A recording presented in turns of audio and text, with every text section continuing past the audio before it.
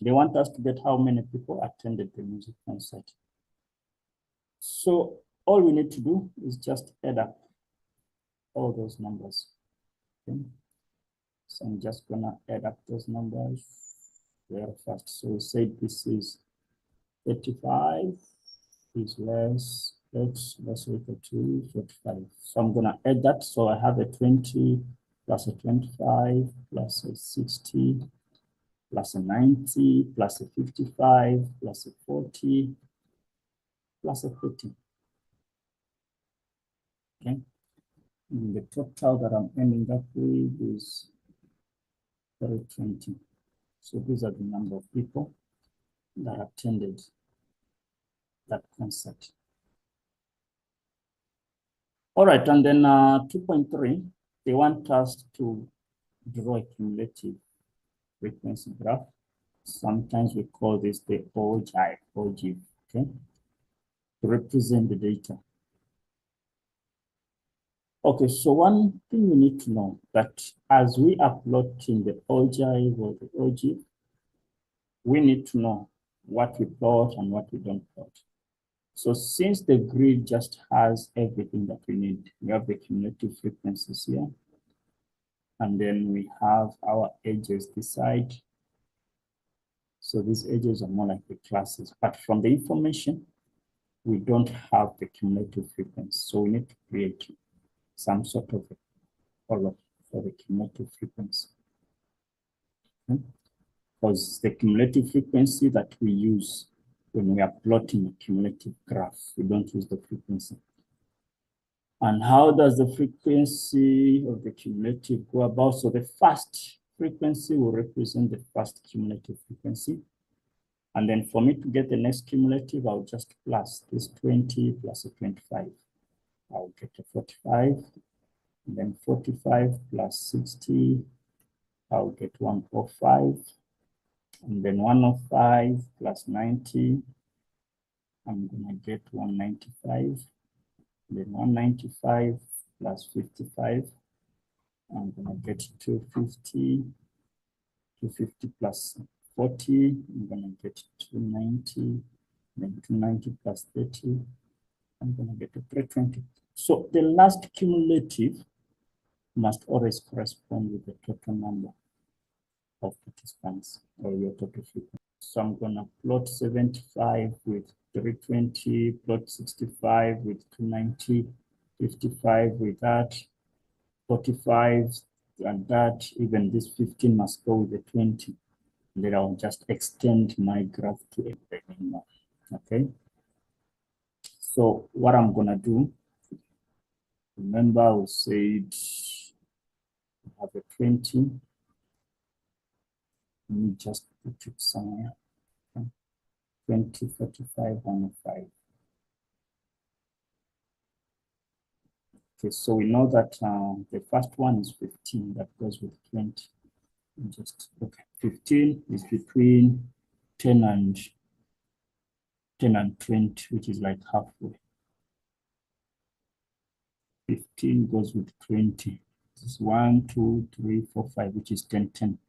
So which means it's gonna be somewhere here. Okay, so this is the mark that I have. And then now I go to 25. 25 is gonna go with 45. Let me just make this a bit smaller so that I can see my values nice. So I got 45. So 25 is still in between here. I need a 45. That's a 40. So somewhere in the middle there. No, that's a 40, but it's close, slightly above. Okay. Then I'm going to 35. This is the line of 35. 35, where are you? You're going with 105. 35 with 105, this is 100. So somewhere,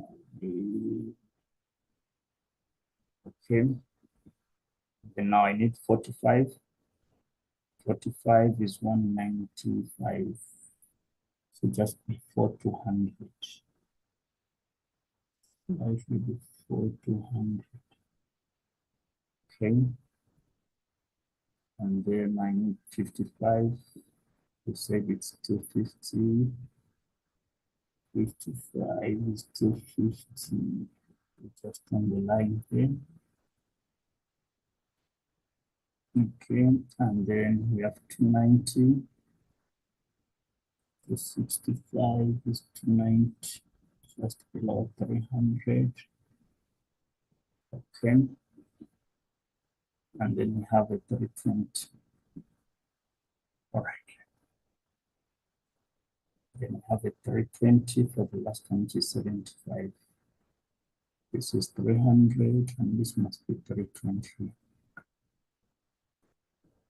Okay, so from that, I just need to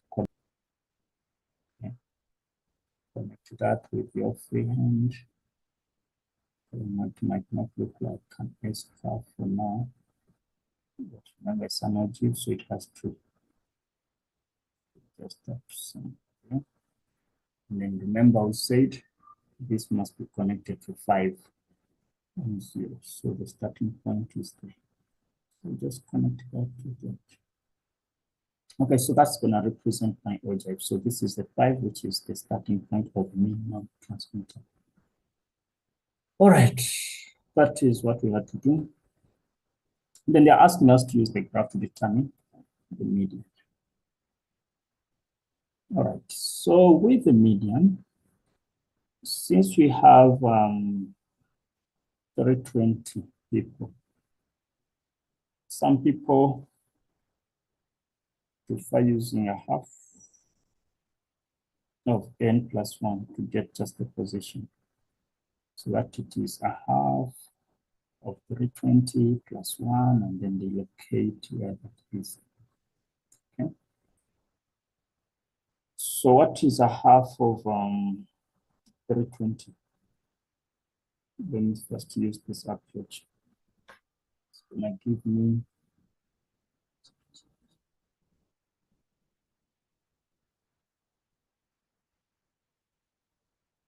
it's my graph or what, but let me just try to. Let me rejoin this line and see.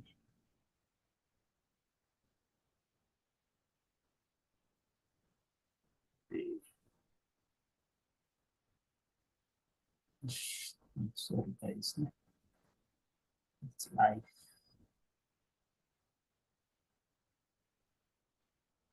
I don't know. Something like that, guys. This must be slightly straight, but somewhere there. So I'm just gonna use a half of n. I can do the same with a half of 320, so it's 0.5 times 320 plus 1. That's gonna give me 160.5. Okay. 160.5 is just the same as 160. So which means I locate 160 on this side. Okay. And then I must follow this line of 160 till I meet up with the graph. So it's where my graph is meeting. And then I'll drop this downwards. Find how many years it is. Okay. So this was 41, 2, 3, 4, 5. So it means every block is representing 2. So that's going to be like 42 years. Okay. So it's saying that's going to be 42 years just from the graph. Then question number 3. Question number 3. Let's make this a little bit smaller. Okay. So with question number 3, we're being told that in the diagram, the equation of AF is y is equal to negative x minus 11. Okay, this is the line AF. B is a point on the x-axis such that this B is a midpoint. The straight line joining A, which is down there. Okay. joining A and C. The angles of inclination are that, and the alpha, so angles of inclination are alpha, and then the 63,43 respectively. AF cuts, where is AF?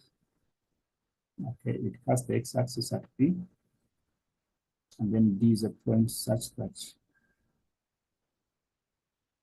DE, okay, this line is parallel to AC. And that one parallel. Okay, so that is all the information we have. First question, they want us to get the value of T. So where is T? T is by point A.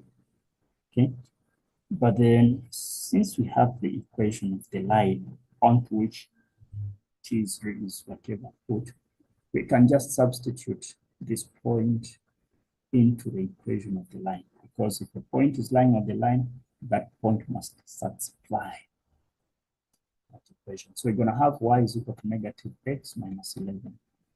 What is the x coordinate? The x is negative 1.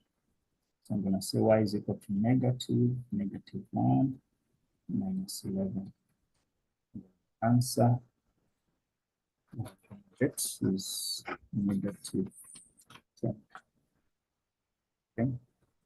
So which means my t is negative 10. Then they want me to get the size of alpha. So for me to get alpha, remember alpha is an angle of inclination. From our earlier grades, we say that if you have m, it must be equal to the tan of, let's say, alpha, but the gradient must be equal to the tan of the angle of inclination. So the question was the value of alpha. So for us to get the angle, we must get the shift tan, the arctan of the gradient. So we need to know what is the gradient of this line. From the equation, y is equal to mx plus c.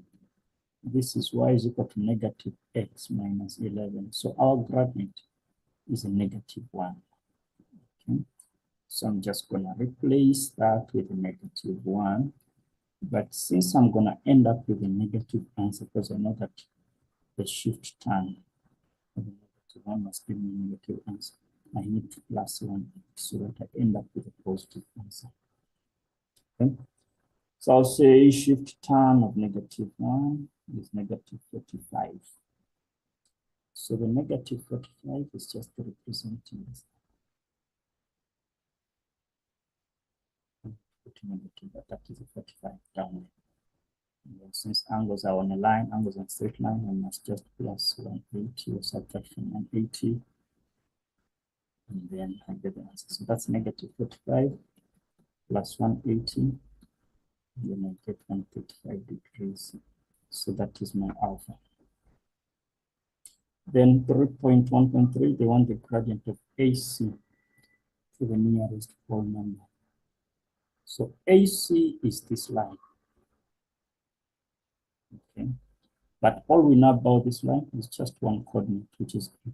So we don't have any other coordinate points that we have. So we cannot use the normal changing y over changing x.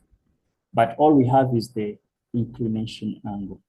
So we're going to say that the gradient must be equal to the tan of the inclination, which is 63,43. Okay. When I use this, I'm getting 1,999,568 and so on. But they told us we must round it up to the nearest number, nearest integer.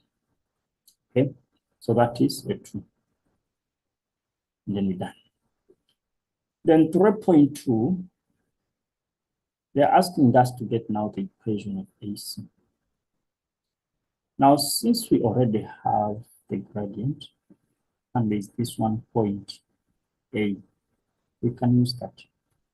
So we're going to use the gradient of 2 and point A, which is negative 1 and negative 10. Remember correctly, yes. So there are two ways of doing this. Some people prefer using the mx plus c format, where they substitute the m and these points and get the value of c. So let's see. So where there is x, I'm going to put a -1. Where there is y, I'm going to replace with -10. So -10 is equal to m, which is a 2 times -1 plus a c. Then I'll move this to that side. Okay. So that's going to be -10 plus 2 is equal to c. So my c is -8. And that is done. I'll just rewrite it as 2x minus 8. Okay. Alternatively, someone can use y minus y1 is equal to m into x minus x1. So still the same thing. That is y1 and x1. I'll replace these coordinates. It will be y minus -10 is equal to 2 into x minus -1. This is y plus 10. When I open that, I have 2x plus a 2. Then I'll move the 10 that side. It's going to be 2x plus 2 minus 10. So that y is 2x minus 8. So it's just the same equation, but different formats. So you choose whatever will work for you. And then 3.3.1. Okay. So 3.3.1, they want us to get the coordinates of C. Now, since we have the equation, for us to get the coordinates of C, we need to know the coordinates of B first. Then we can apply our midpoint formula. So what I'm going to do, I need to get the coordinates of B. So I'm saying the coordinates of B. From my equation, y is equal to 2x minus 8. We know that at B, y is 0. Okay, let's just replace y with a 0 and look for the value of x, since B is on the x-axis. So 0 is equal to 2x minus 8. Can move the 2x that side. -2x is equal to -8. And then I'll divide by -2, so which means my x is a 4. So the coordinates of B are 4 and 0. Then from the midpoint, which I know that x1 plus x2 over 2 must give me the midpoint. Then y1 plus y2 over 2 must give me the y coordinate of the turning pole of the midpoint. So if I call the coordinates of C to be x and y, okay, so I'm going to combine this x and this -1. I combine the two of them so that I can get my 4. The x and this -1 must give me a 4. It's the midpoint. And then this y and the t, which was a -10, combined using the midpoint, and must get to 0. All right. So we say if I get my x plus my -1 over 2, I must end up with a 4. And then I cross multiply with this, so I'm going to have x minus 1 is equal to 8. Then I'll move the 1 that side, x is a 9. Then do the same thing if I have y plus a -10 over 2, must give me a 0. Cross multiply. So y minus 10 is going to be a 0 because 2 times 0 is 0. Then I'll transpose the 10 that side, so which means y is a 10. So the coordinates of C are just 9 and 10. All right, then 3.3.2, they want the size of FED. What is FED? FED. So they want us to find this big angle. This angle. All right, so what I can do, It's a two-way thing. If I call this maybe M, just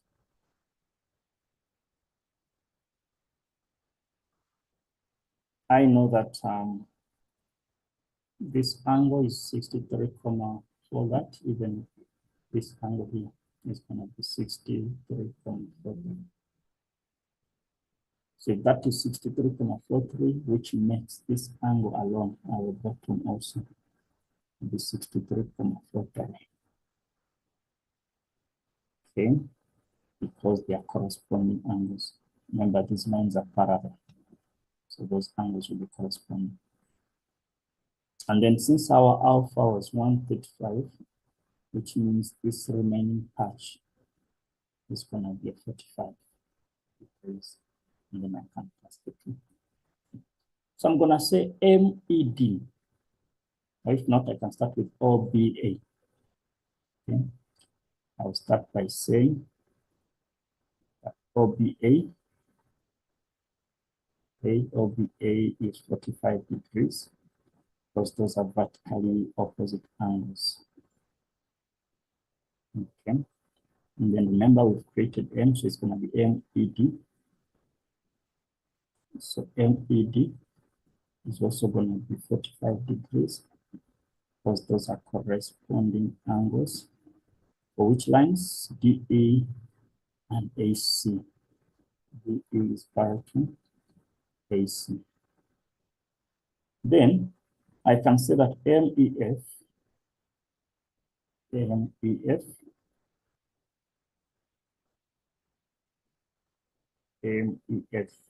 what am I doing? What am I doing?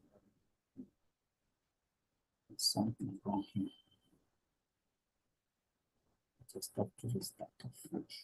Not the 45 times. 63.43. 63.43. 63.43. So this is the 45, which will be angles on a straight line. Okay, then now I can have my FED to be the sum of 45 plus the 63.43. Okay, so that's going to give me 108.43 degrees. Then 3.4. G is a point such that EAGC, EAG,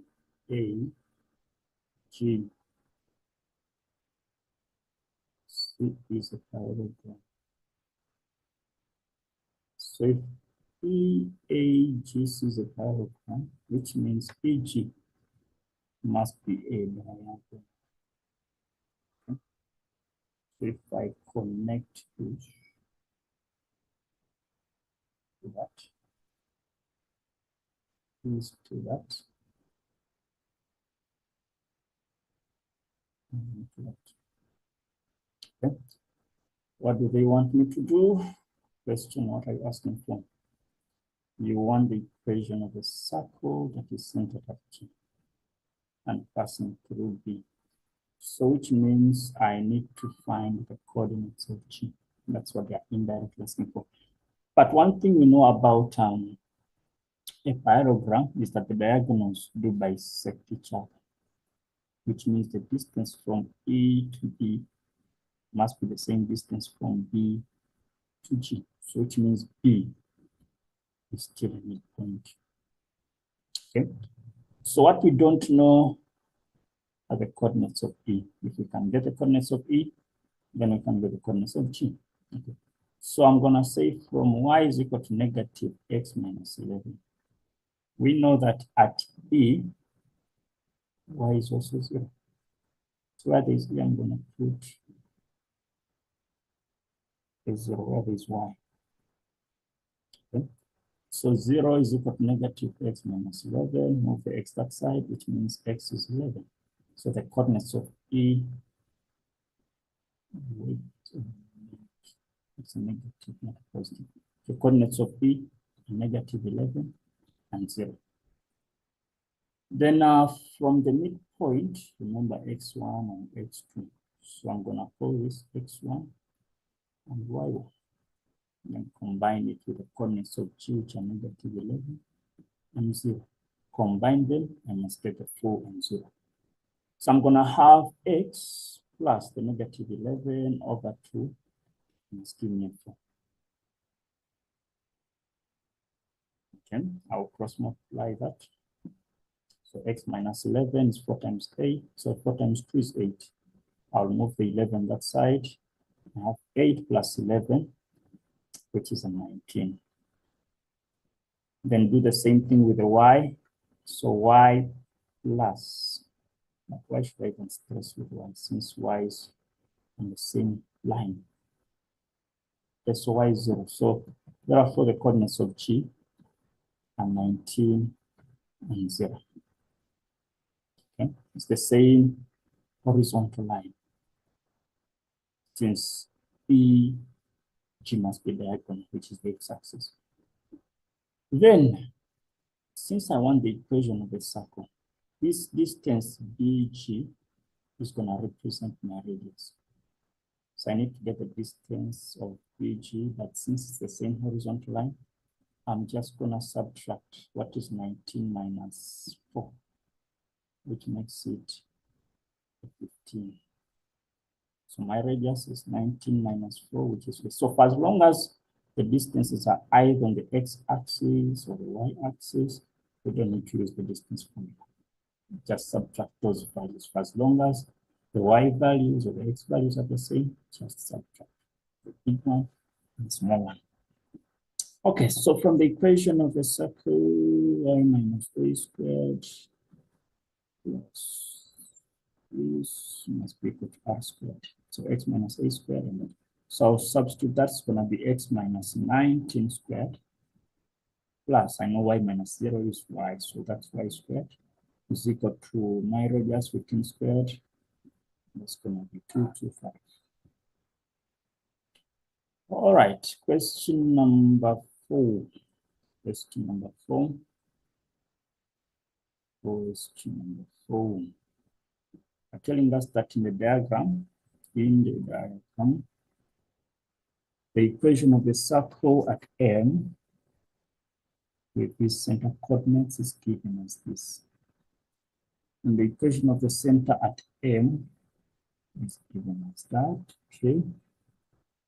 Then P, R, and PS are tangents to the circle M. PR is parallel. PR is parallel to the x-axis. And then we have coordinates of K, which is -17 and -5. The straight line N cuts the smaller circle at T, and then the larger circle at S. All right. Then the first question is asking us to write down the coordinates of M. Do we have the equation of circle M? The answer is yes. Because remember that equation is x plus 6 squared, then y plus 3 squared, then 25. So remember what we say, we always just get these coordinates but switch the signs. Okay, so M is going to be -6. -3. -6 and -3. There we go. Then they want us to get the length of the radius of the smaller circle. Now, from the equation, okay, so we have x squared. So say -6 and -3. So from the which is x squared plus y squared 24x plus y squared plus 24x minus 25 it's 10y plus 153 must be equal to 0 plus 24x. Okay, there we go. So for us to get the the radius, we need to complete the squares. Remember what we said. You can do the grouping if you want. The x and the x and the y and the y. So I'm going to say x squared plus the 24x. And then I'm going to have y squared minus the 10y. I'm going to take this side, which is negative 153. And when I complete my squares, symbol said it's x, and then the sign, which is a plus. And then we have this. A half of 24 is 12, and then you square that. So we know that a half of 24 is 12. When you square 12, you're going to get 144. So which means on our right-hand side, we plus the 144. And then we do the same thing with the y. This is y. The sign is negative. A half of 10 is a 5. We know that negative 5 or positive 5 squared must give us a 25. So I'm going to plus the 25 inside. And this is going to be x plus 12 squared plus this is y minus 5 squared is equal to, I simplify my right hand side, I have negative 153 plus 144 plus 25, 16. Now remember, from the general equation of this circle, this is y minus 5 squared is equal to r squared. So this 16 is representing r squared. So we need to find the square root of 16, which means our r is 4 units. Okay, r becomes 4 units. That's from there up to there. All right, that is done. Then the next question is asking for the length TS. So the distance between T and S. All right, so do we know the radius of the big circle? Yes. Okay, so the radius of what is the distance SM? So I'm going to say the distance SM is going to be the square root of 25, which is 5 units. Okay. We say the distance of NT we found it to be 4 units.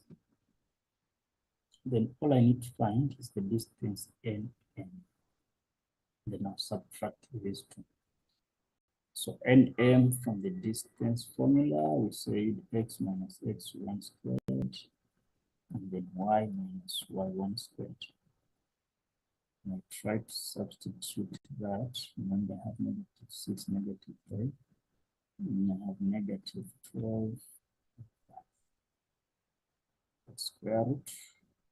I'm going to have negative 12 minus 6 squared plus. It's a 5 minus 3 squared. Can put this in brackets, please.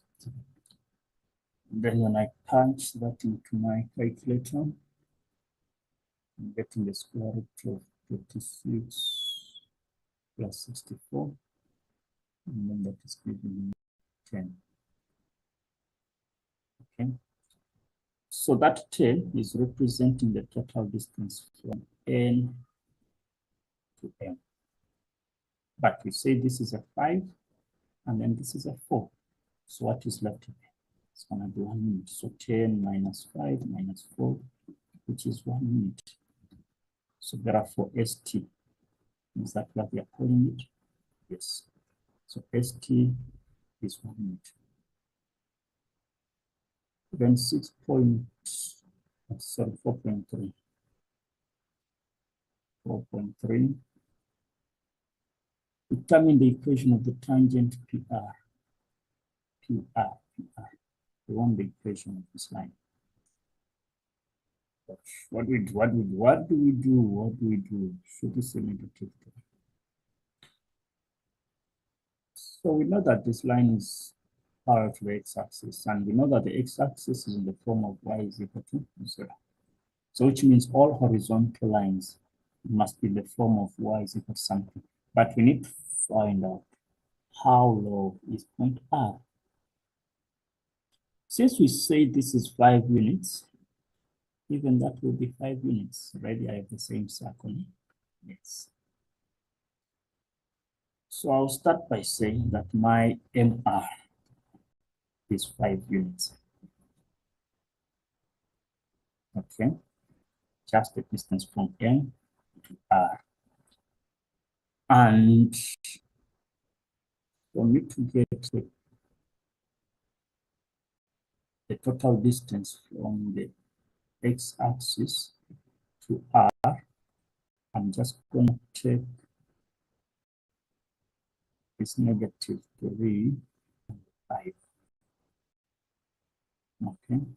So I will say if I have my 5 minus -3, that's going to give me 8 units, which means from here up to R, those are 8 units. They are down. Just like -3 minus 5 must give me -8.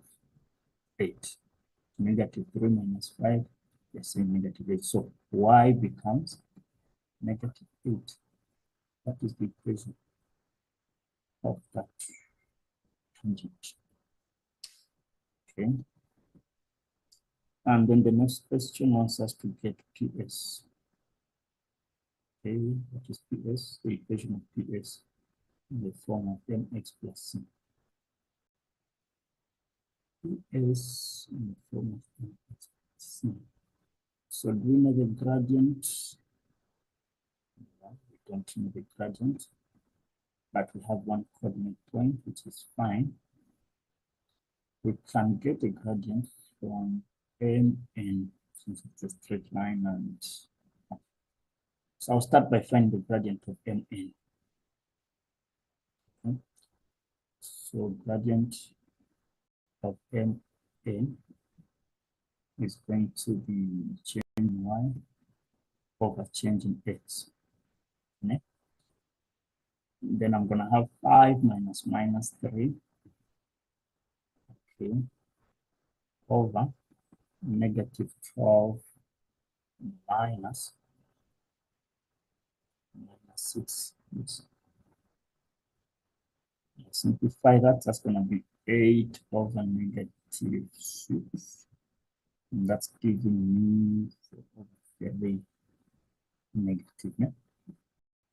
But one thing I know is that this is more like a radius. Let's say ms is a radius. But we know that the radius and the tangent will be perpendicular. So from my m1 times m2 being equal to -1, the condition for perpendicular lines. So if one line is -4/3, I'm just going to flip that and say that the gradient of PS is going to be 3/4 positive. Since it's negative, it must be. So what I'm doing is I'm dividing -1 by -4/3 to make one line the subject. Now, since I have my gradient, there's a point K. This point K is -17 and -5. So I'm going to use that. I can use the proposed formula of y is equal to mx plus c. Okay. And then I look for the values. So this is my x, that's my y. So -5 is equal to 3/4 times my x, which is -17 plus c. This is -5. When I simplify that, I'm getting -51/4 plus c. Then I'll move this -51 to that side to make c the subject. So it's -5 plus 51/4. That's going to give me positive 31/4. That's my c. So which means my y is going to be 3/4x plus 31/4. Bingo, done. Then 4.4. They're telling us that the quadrilateral PSMR, PS MR. This is interesting. Let's see. PM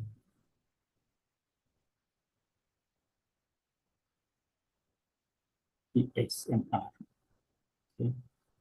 This is the quadrilateral that they're focusing on. Then they want us to find, is it the perimeter? It's the perimeter of PSMR. So one thing we know is that perimeter is the total distance around the shape, but we know that PM, not PM, PS is going to be the same as PR, because this is a tangent and this one is also a tangent. So tangents from a common point must be the same. We also know that MR is the same as SM. That is, they have the same circle. So we already have this and that. All we need is this distance. One of them. Either we get the distance PS or we get the distance P. What are you gonna do? So since I have the equation of this line, we say 3/4x plus 31/4. Then I have this equation. I can get the coordinates of this. Okay, and then I'll know that my coordinates of R are -6 and -8. I draw a straight line. It's going to be the coordinates. So if I can get the coordinates of P, then I can use my distance formula to, I wouldn't even need a distance formula since I'm going to have the same -8 somewhere here. I can get this -8, substitute it into this equation by the y, and then I equals done. I'll get my P, get the distance, and then I'm ready to go. All right, so I'm gonna say that at P, y is -8. Then I'm gonna substitute this there and say that -8 is equal to 3/4x plus 31/4. I am seeing that I have a denominator of 4. I can multiply through by 4. So times 4, times 4, times 4.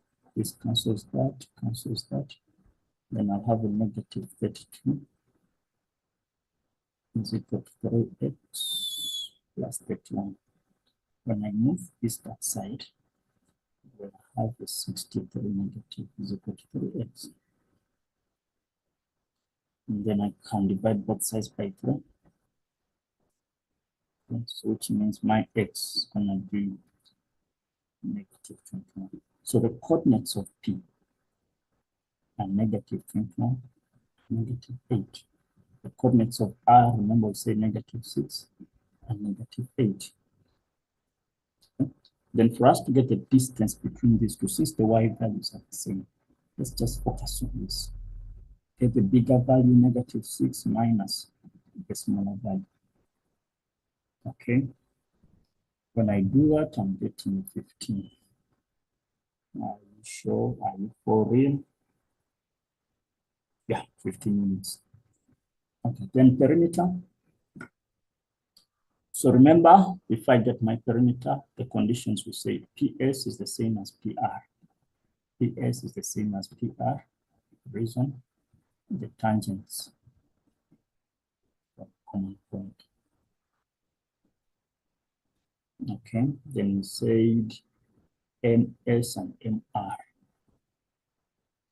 MS is the same as MR, that is radii, okay? So which means our perimeter is going to be 5 plus 5 plus 15 plus another 15.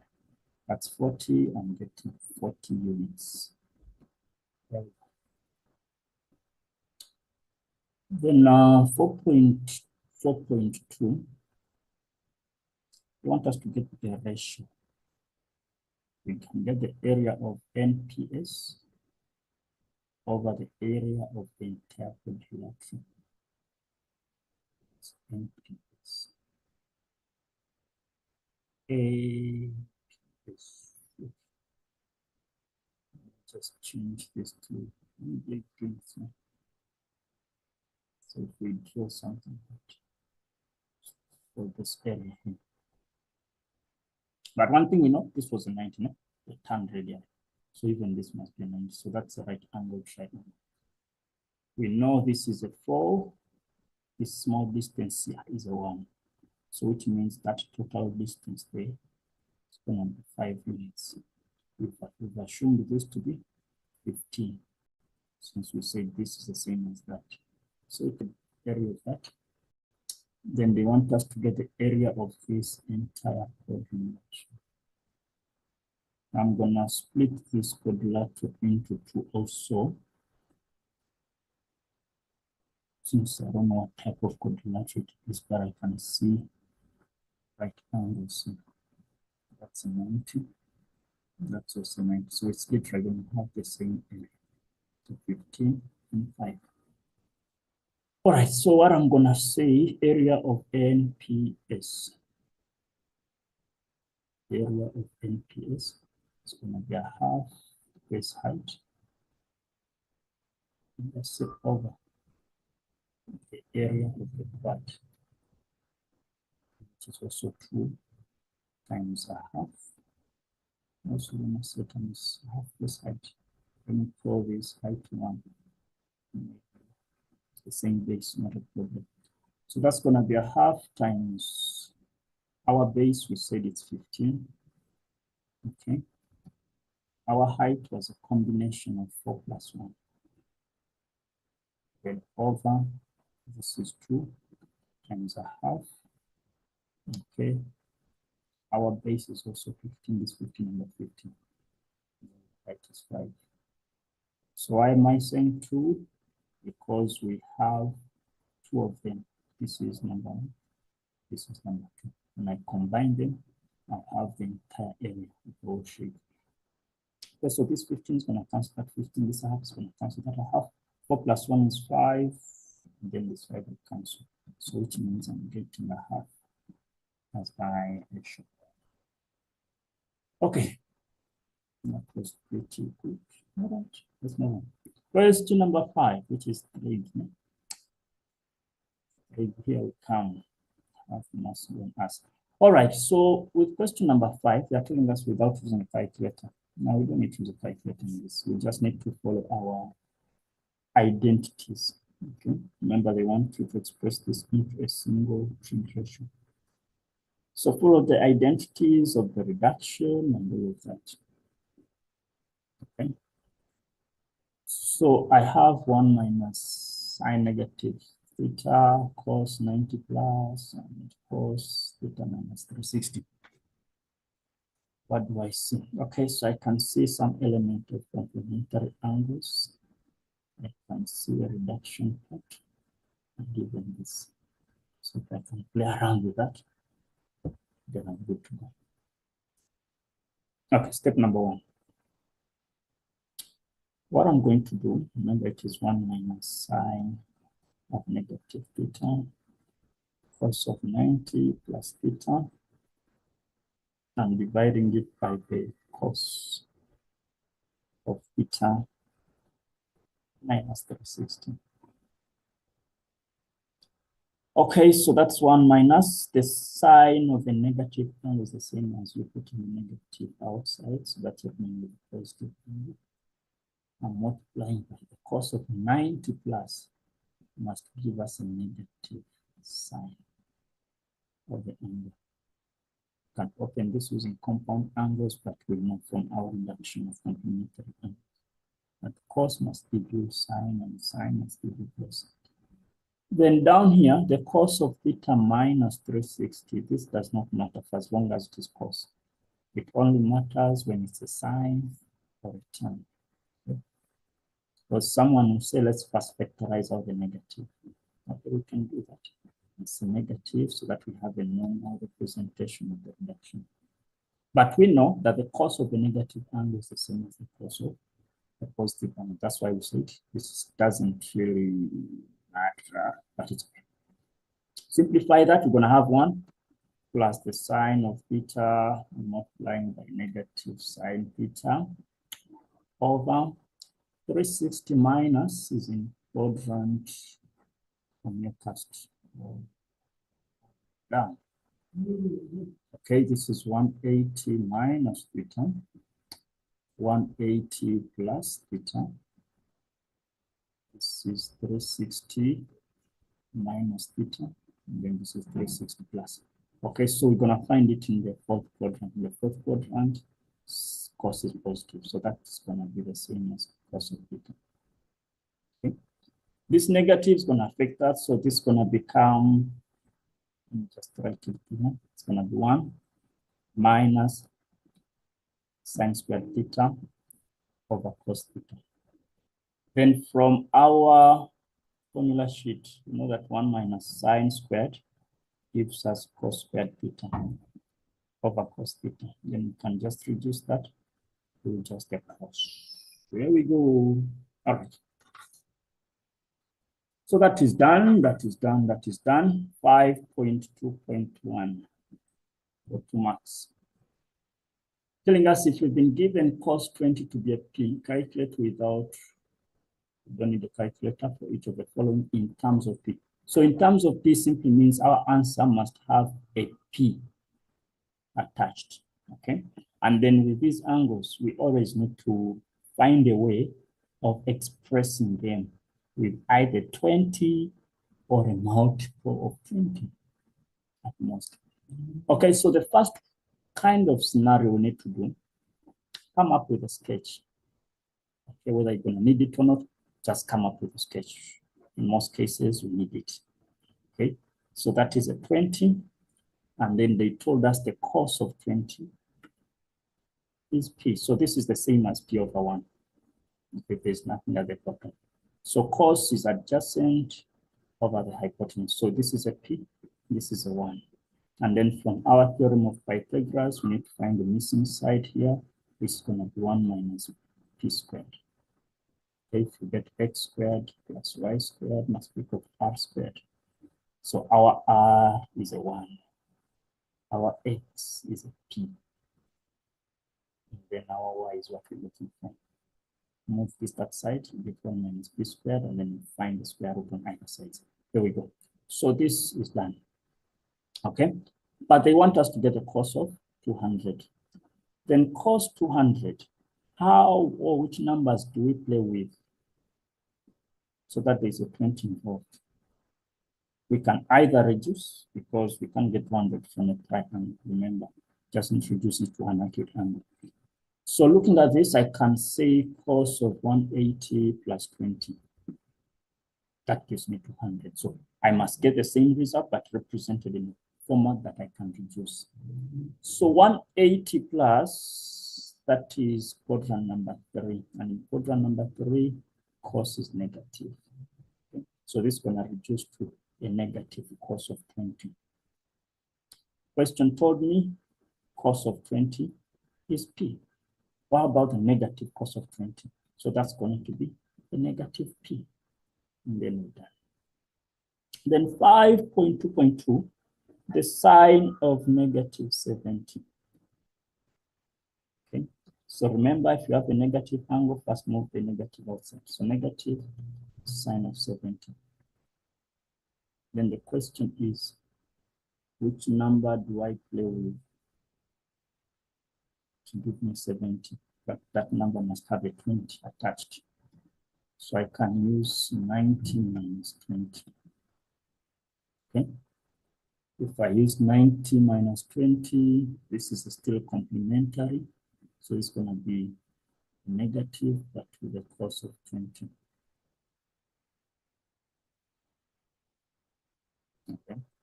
Then still, which is the same as the previous question, which means our answer is a negative p. Then 5.2.3, they want the sine of 10. Sine of 10. So now, what is happening? We have a 20 and then we have a 10. So we can see that 10 is just a half of 20. Okay. So what I'm going to do I can try to use the, I don't know, what can I use? The double angles. Is that going to make sense? Yes, it can make sense. Let's say I have cos of 20. And then I have to reduce this. Know that cos of 20, but let me just say that 20 is the same as 2 times 10. Okay, I just want to look at cos 2 times 10 of the cos, okay, the double angle of cos. So this can be given as 2. Should I use cos? Should I use sin? It's fine. I'll say 2 cos squared 10 minus 1. I can just use the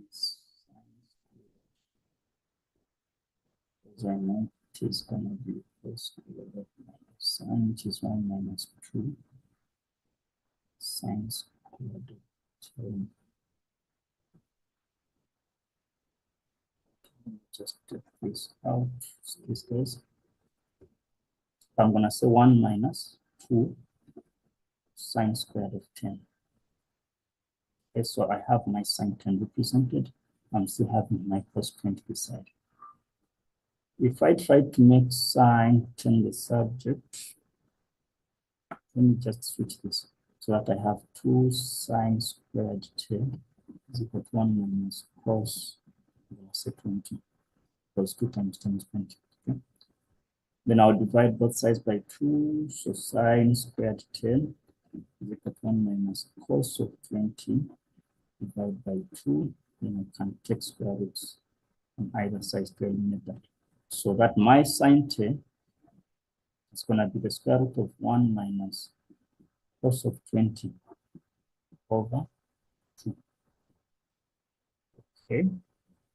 But whenever I find the square root, I can have a plus or minus, but that's not a big deal. Okay. Then I can now do the substitution. What was the question saying? The question was talking about the cos of what? The cos. Was it sine or cos?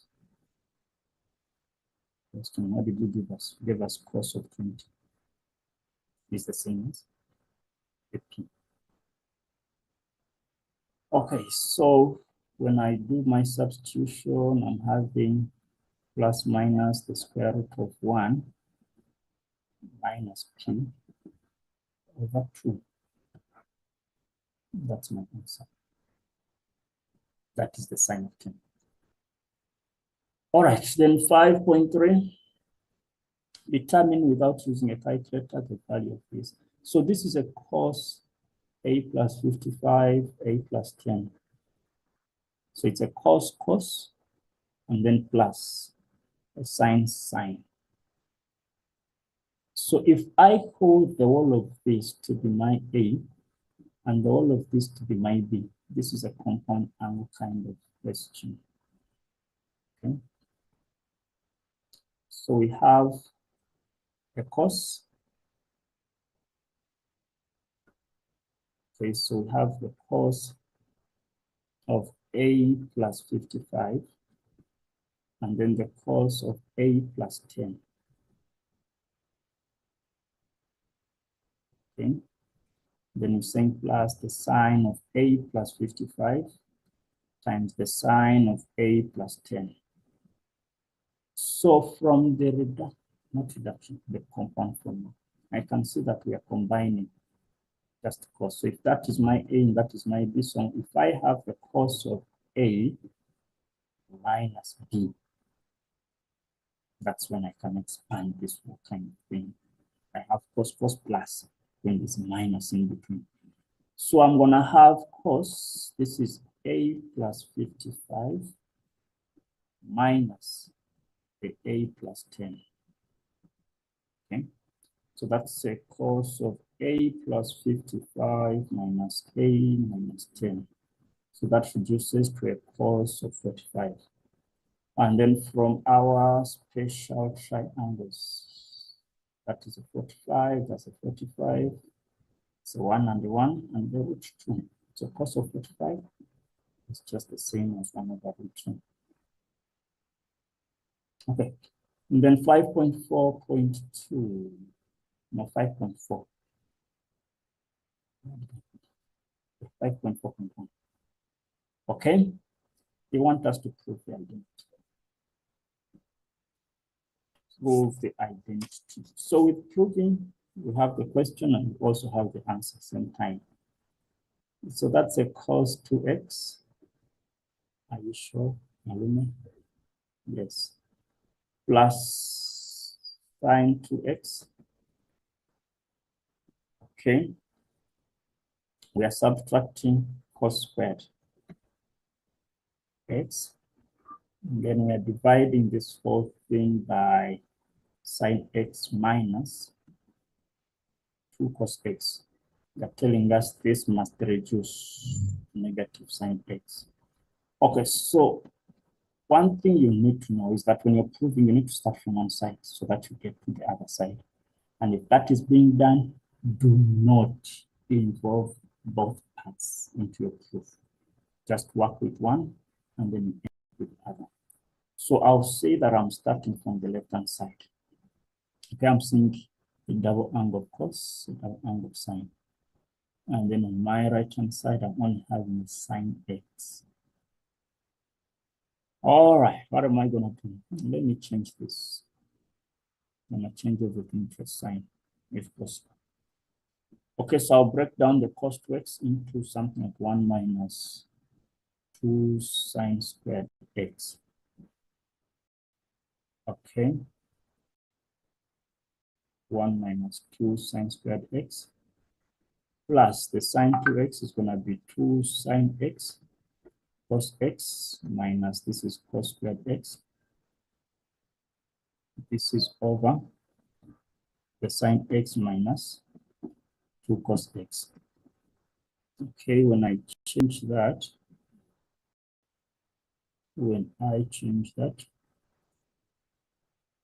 okay, what next? What next? What do I see? Is there anything that I can combine? Yes, I can combine this.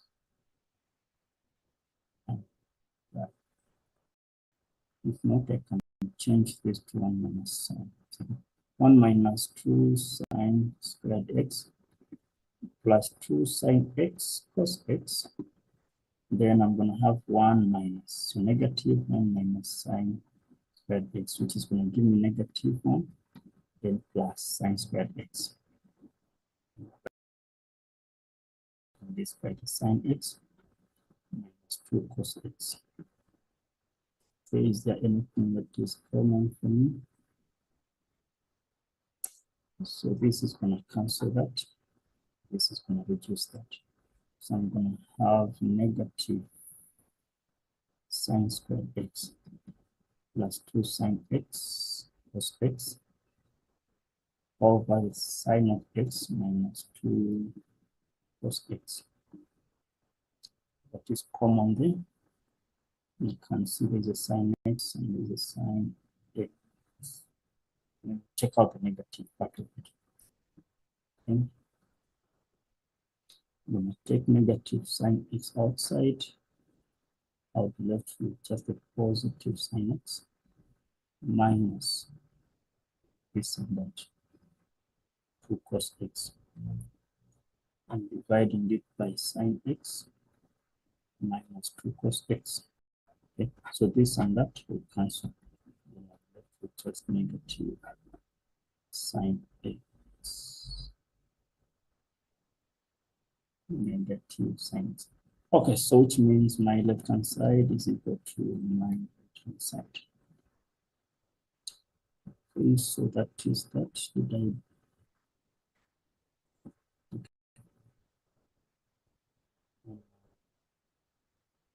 5.4.2. They want us to determine the value of this working.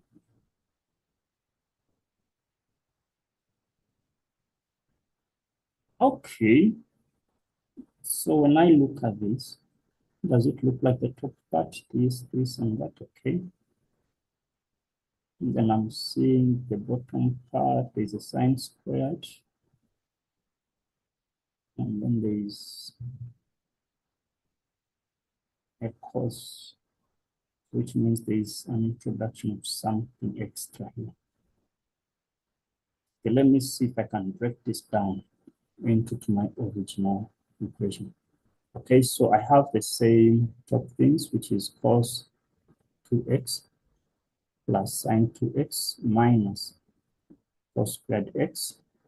And then we're dividing it by, remember it was -3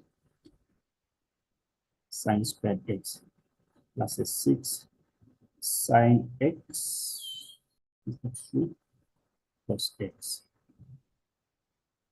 Okay, so let me try to create the original. So I'm going to have cos 2x plus the sine 2x. I'm not going to expand anything. I'm just going to reduce it. So we are saying something extra was added here. So I'm going to take that extra.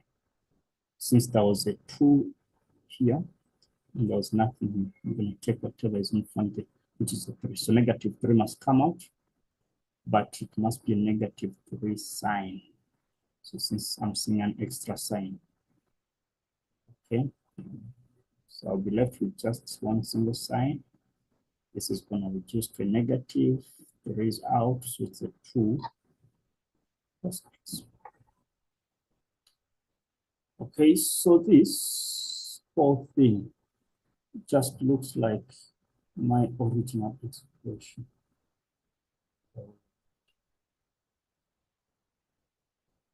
Remember, this whole thing was the same as negative sine x. Okay, so I can replace this whole thing by sine x and then I multiply by that. So that's going to be negative sine x times 1 over -3 sine x. So this sine x is going to cancel that sine x, negative and negative, and I'm going to have just 1 over 3 as my answer. Okay, and then 5.5.1. If you're given 3 tan 4x is equal to -2 cos 4x, without using calculator, can you show that this is the only solution? It's a sign. You don't have anything like tan. Okay.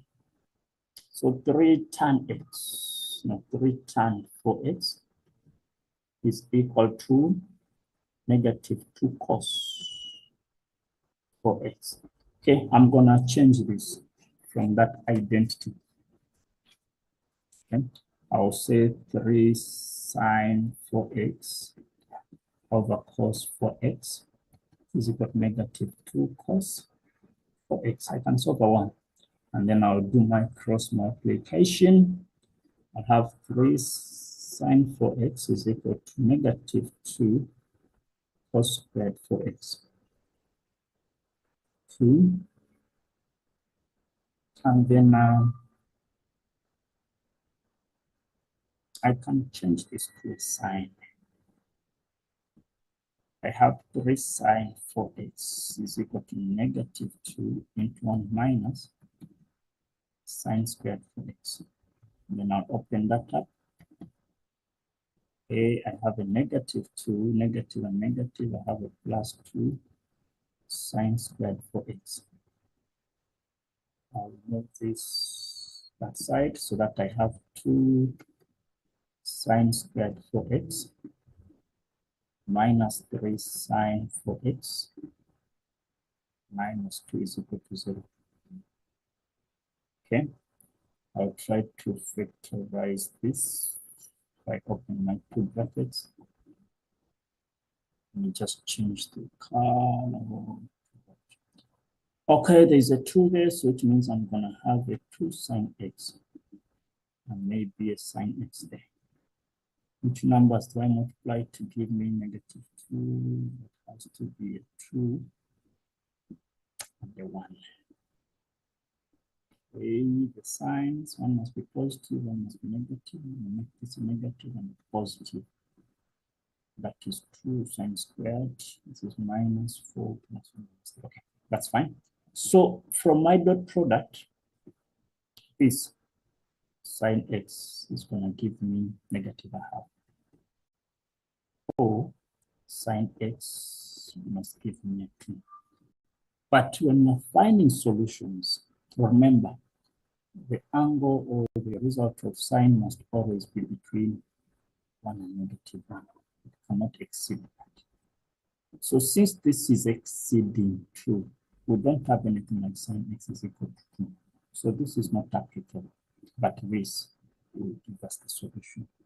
When you draw your conclusion that therefore the sine x is equal to negative 5 is the only solution. Remember, negative a half is the same as negative 0.5. Then 5.5.2. Hence,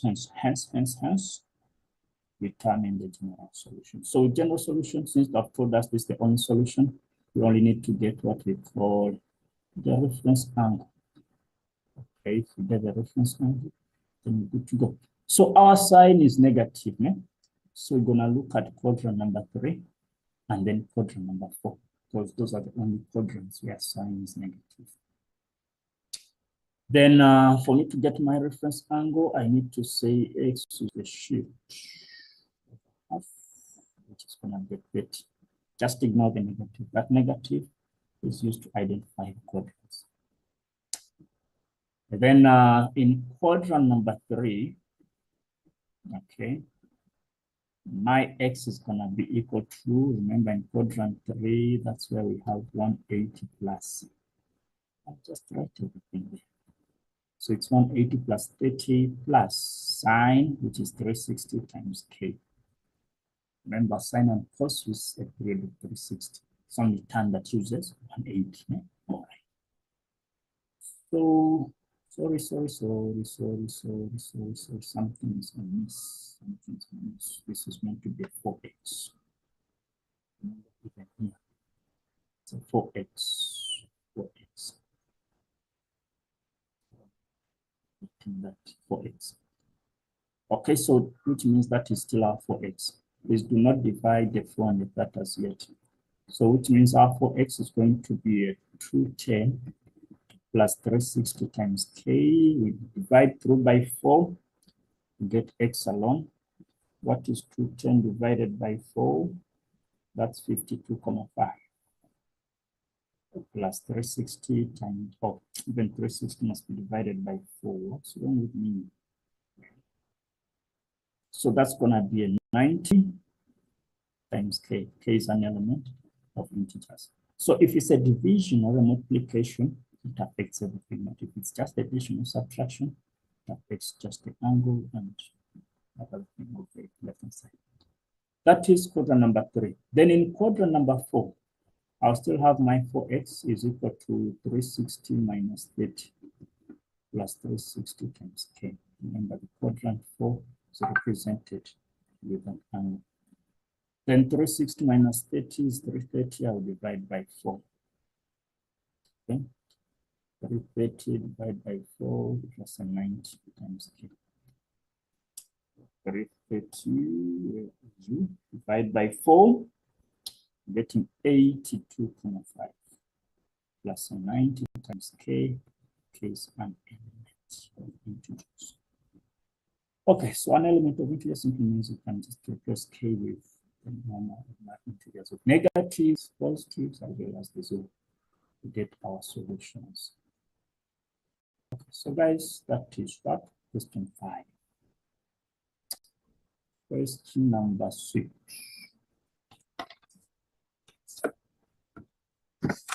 Okay.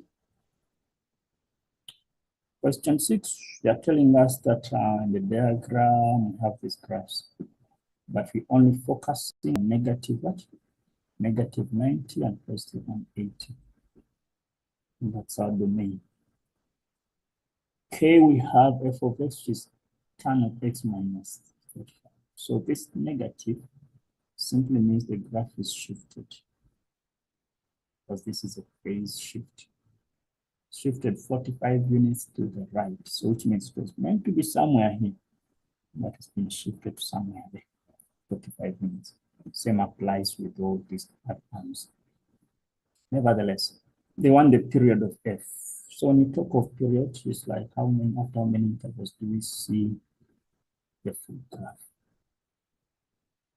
Okay, so this and that becomes the full graph from here up here. Since we have that and then this bottom part, then we have that and this bottom part. So these are two graphs of time. So our period, since there is nothing in front of x, the period is just going to be 180 degrees. Okay, so that is 180 degrees. Then they want us to draw negative cos 2x between the same interval. So all the intersects with the axis and the minimum, maximum turning points. So from your calculators, no? Remember, we got mod, and then the table, get f of x, then we're gonna put negative cos 2 alpha and x, close the brackets. We don't have a g, so we can ignore that and just press equals. We're starting from negative 90. We are ending at positive 180. Our steps, are using the steps of 45. Then we have our table. Okay, so remember we said mod, go for the table, and then from the table you enter the function f of x, which is negative cos 2x. No, it's negative cos, not negative. Okay, then I'm gonna give you the starting point. Start is where the domain starts, which is negative 90. And then the end, we're gonna use 180. And then for the steps, these are the intervals from 0 to 45, according to the grid that we've been given. Okay, that's a 45, and then we sketch. So from what I have, I'm having negative 90 with a 1. Okay, just remove this. And then negative 45 is a 0. 0 is a negative 1. 45 is a 0. Then I'm having 90 to be 1. And then 135 to be 0. And then 180 to be negative 1. Guys, remember, this is a graph, not a line. So in as much as the points may not really be sufficient, just try to make sure that this looks like a curve. Okay, some people will force a line out of this. Use that. It's a graph that you join using free hands. I may not be that accurate, but I'll try. Okay. So have something like that. It's gonna turn something like that. Okay, so that is my graph of, we call it G. Okay, done. Then they want us to write the range. Remember, range represents the y values. So according to the graph, I can see that the minimum point it can go to is negative 1. And the maximum that it can reach is a positive 1. So I'm going to say negative 1 is less or equal to positive 1, because it is passing through negative 1 and positive 1. So I must use the equal sign as well. Then 6.4, the graph is shifted 45 units, the graph of G, to the left.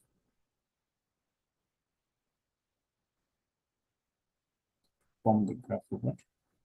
H.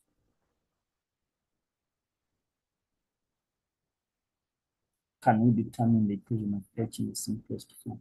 So when you shift something 45 to the left, it must be represented with a plus sign in that front. So where there is x, remember it was negative cos 2x. No? So where there is x, I'm going to represent with that shift. So x plus 45. I'll open that up. I'll have 2x plus a 19. Okay, when I simplify this, remember it's a complementary angle. I have a cos of 90 plus. That's going to give me a negative sign. So negative and negative sine 2x is going to give me a positive sign 2x. So which means my h of x will be given as that. Okay, then 6.5, use the graph to determine the values of x for which. So using the intervals of negative 90 and positive 90 only. Negative 90 and positive 90. Not 180. Okay, so for which we want f of x to be greater than 1. So where do we find the graph of f to be above 1? Okay, so we can see that this area, the graph is above 1. What are the values of x between this and that? And then above 1, at this point it's at 1, but we said our end point is 90. We can't go beyond that. So for f of x to be above 1, I'm just going to say negative 90 and then. So my answer is going to be negative 90 is less equal to x and less than 45. Since the graph is not touching the line of 45, so I'm not with the equal sign, but it's passing through the 90. Then the next point, next question, 6.5.2. They're telling us that if we have 2 cos 2x minus 1 is greater than 1, for which values of x is that? So what I'm going to do, I'm going to try to work around this and create this original. This is a 0. So I'll start by moving the 1 to that side. So say 2 cos 2x minus 1. Yes, it's greater than 0. Move the 1 that side so that you have 2 cos 2x is greater than positive 1. Then I'll divide both sides by 2 so that cos 2x is greater than a half. Then when I multiply through by a negative or divide through by a negative, this inequality symbol changes. So that's negative cos 2x will be less than a half. So which means the question is asking me for the values of x for which g of x, okay, is less than negative a half. Okay, so from the graph of g, just go back. If I have this as my half, the negative, I want this value here. Okay, this value here. Only those ones, because those are the only values where this graph is going to be below negative a half. And remember, he told us between negative 9 and positive 9. So we cannot include the issues of this part. So our focus is just that area. So from our trig, we know, okay, that if we were to look at the arc side of a half, remember we're not meant to use calculators. That's going to give us a 60. Positive or negative doesn't matter. Then when you divide by 2, that's when you get a 30. So I'm going to say negative 30 is less x. That's equal to positive 30. For which values? They say greater. Okay, if it's greater, and now we found less, I don't need to put the equal signs, you know. That's wrong with me. Yeah, negative 30 less or equal to 30. The previous question, they said greater than 1. So it means there's no need for the equal sign. All right. That is question number 6, guys. Let's go to question number 7, which is the application of trig. Question number 7. So in this question, at least we need to know about the area rule. Okay. We must know about the sine rule and then the cosine rule. Those are the 3 that govern this question. If we know that and not play around with it, then we good to go. Then question 7, they are telling us the diagram A, B, C are points in the same horizontal plane. So horizontal is like just the same flat surface. That's a plane on its own. D is a point such that it's above C, in that DC makes a 90-degree with AC, and the same with BC. It's given that our ACB is 100, CAD is 30, AD is 20, and then BC is 18. So everything is indicated for us. Okay. Then they want us to get the length of AC. So is AC, this is AC. Now this AC is surrounded by 2 triangles. We have this bottom triangle, this angle. Now I see that the triangle with more information is the ACD. It's a line close, so I can use that. So I'm going to say from ACD, okay, from triangle ACD, I can use the Trig Ratios now. Because I need this, I have that. So this is our hypotenuse. This is our adjacent. I can use the cos. So it's saying the cos of 30 must be equal to the adjacent, which is AC over 20. When you cross multiply, that's going to be 20, the cos of 30. And that's going to give me 10 root 3. I can write it as 17.1. They tell us about newtons. Just call it units. So I'm gonna just stick with the 17.32. When 7.1.2, they want the distance AB. This is AB. Okay, so with AB, this is 17.32. For me to get my AB, then I need to use the bottom triangle. And which rule am I going to use? Let me use the cosine rule since I have 2 sides. Okay. So I'm going to say that AB squared is going to be the same as AC squared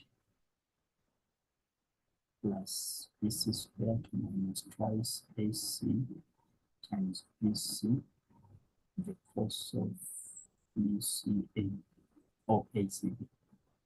Then my AB is going to be the square root when substitute. AC will get 17 squared. This is 8 minus 2 times 17.32 times 8. And it's over 100. I'll put this into the calculator straight out. 20.30. 20.30. Then now 7.2 if it's further given that ABD, so all of this angle is 73.4. And we find the angle AD. Wait, that's not. That is what we want. Okay, we've been given ABD, all of this to be 73.4. So this angle goes with that. This angle can go with that. Remember this second one. So which means we can use the sine rule. Okay. So from our sine rule, which triangle are we using? The triangle ABD.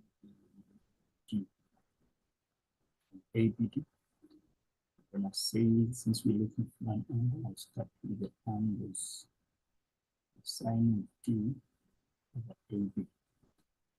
Sine of D over AB must be equal to the sine of D over sine of D over the distance, which is AD. Then I'll do my substitution. Okay, so that is the sine of D, which is like ADB over our AB that we got as 20.30. It must be equal to the sine of the angle that we're given, which is 73.4 over the distance, which is a 20. I'll cross multiply. So it means the sine of ADB. So 20.4. The sine of 73.4 over 20. Let's simplify that. Sine of ADB is giving me 0.9727, and I must find the shift sine of that. I'm having 76.58 degrees. All right, question number 8. Euclidean geometry. Okay. With question number 8, they're telling us that in the diagram, O is the center. KTL points, these ones are drawn, OT intersects that at M, and then you have a tangent. So this word here, okay, big O. And then they're telling us that STK, that's a 36, okay. This is 18. Okay, first question, they want us to get T2. Now, one thing we know, before we get T2, if this is a radius, and then this is a tangent, we know that the tan and radius must be perpendicular. The tangent and the radius must be perpendicular. So which means T1 plus T2 must give us 90 degrees. That's what we got to start with. So I'm going to say T1 plus T2 is 90 degrees reason, the tan perpendicular to the radius. Okay. Then if I have T1 as a 36, I can find 92. So 36 plus T2 is a 90, and then I'll transpose that. So which means 92 becomes 54 degrees. Okay. Then they want us to get L. So if this is a 54, this is L here. Now, one thing we can also see is that since this triangle KLT is touching the ends of the circle, and this angle is between the tangent and the chord, it must be equal to that. So I'm just going to say that L is a 36, The reason is because of the time code here. Okay. That's gonna be the time code here. And then with C, they want me to get the angle KOT. KOT.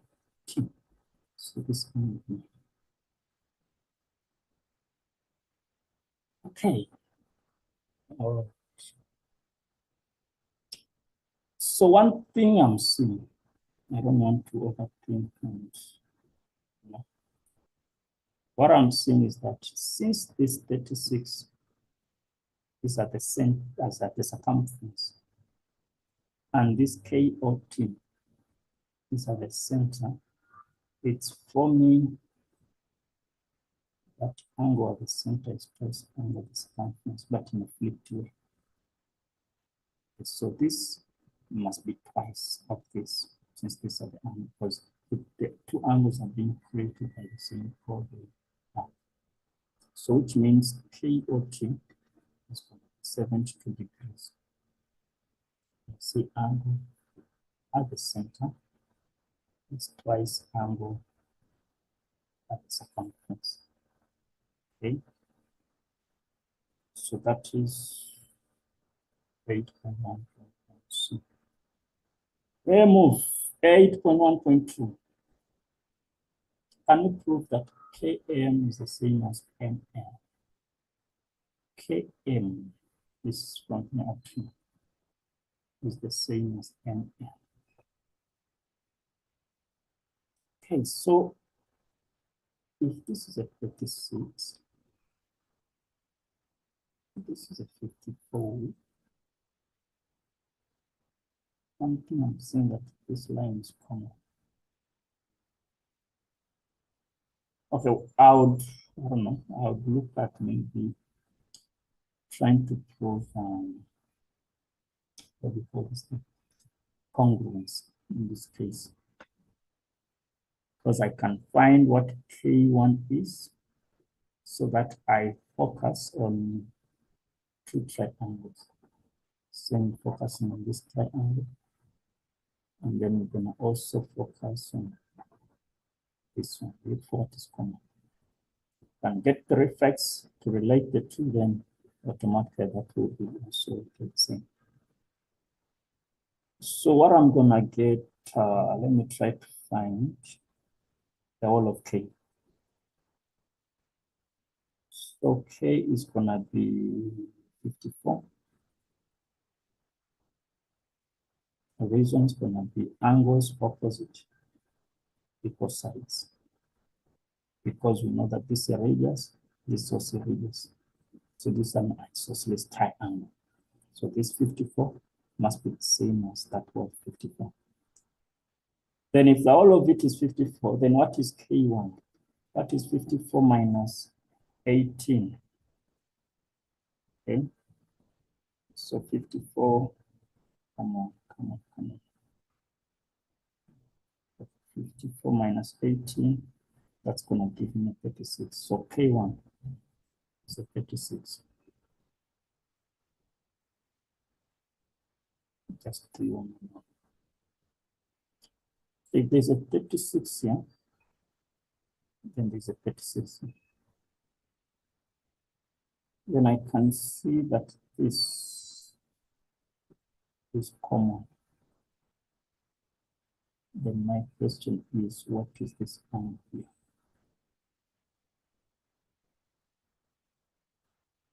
Okay. What is that angle?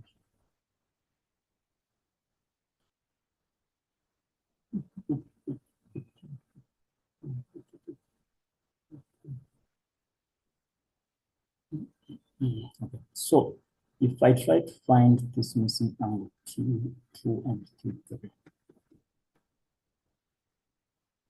I'm gonna look at the triangle KTF. So the 36 and a 36, which is a 72, which means that's gonna be 108. So angles in triangle K2. If that is 108, but this is a 54, which means T3 is going to be 54. So what I'm going to do, I'm going to say that T3 is the same as T2. Prove that.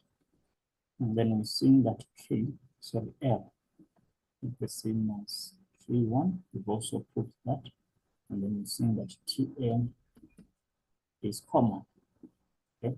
Therefore, KTM is congruent TML because of the two angles on one side. Say angle, angle, and side. Then if the two are congruent, then we can see that the side that is opposite the 54 is ML and that, which implies that KM is the same as ML. So that's how I would have gone about with that question 8.1.2. Start by getting these missing angles, prove the congruency, and then I'll draw the conclusion. So that is 8.1.2. All right, then 8.2, they're telling us that the diagram RDS is drawn. A, B, and C are points on RD. Okay. Such that that and that and that. AB is parallel to that. RB, the ratio of RB to BS is 5:3. And then BC, that's a 20. And then can we prove that BC is parallel to AD? Can we prove that BC is parallel to AD? So what I can do, for me to prove that BC is parallel to AD, I need to look at this triangle in this format. If the proportion, if my CS, let's say over CD, is the same as BS over RB, as long as these ratios are satisfied, then automatically they'll be parallel. Okay, so step number one, state number one, I'm gonna get CS. What is my CS over CD? That's gonna be 12 over 20. When I simplify that, I'm getting the 3/5. And then we know that BS over BR is also going to be the same as 3/5. Okay, so then I'll say, just write CS over CD is equal to 12 over 20, we get 3/5. Okay. And then I'm saying that BS over BR is also 3/5. And then since CS over CD is the same as BS over BR, okay, therefore BC is going to be parallel AD. It's AD, but we also take it as DR. Okay, so okay, so these two lines are parallel. The reason is going to be the converse of the proportionality theorem. Okay, so that is our first question. 8.2.1. Then 8.2.2, if it's further given that RD, okay, what's happening here? Now they're telling us that RD, the distance from here up to there, is 48 units. Is that true? Yes. Calculate the ratio of AD to AB. So the ratio of that to that.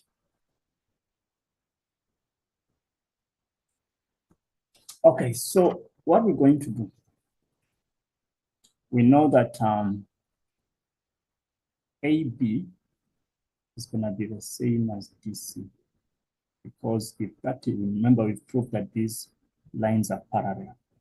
And then initially they told us that these lines are also parallel. What does that make this whole ABCD thing?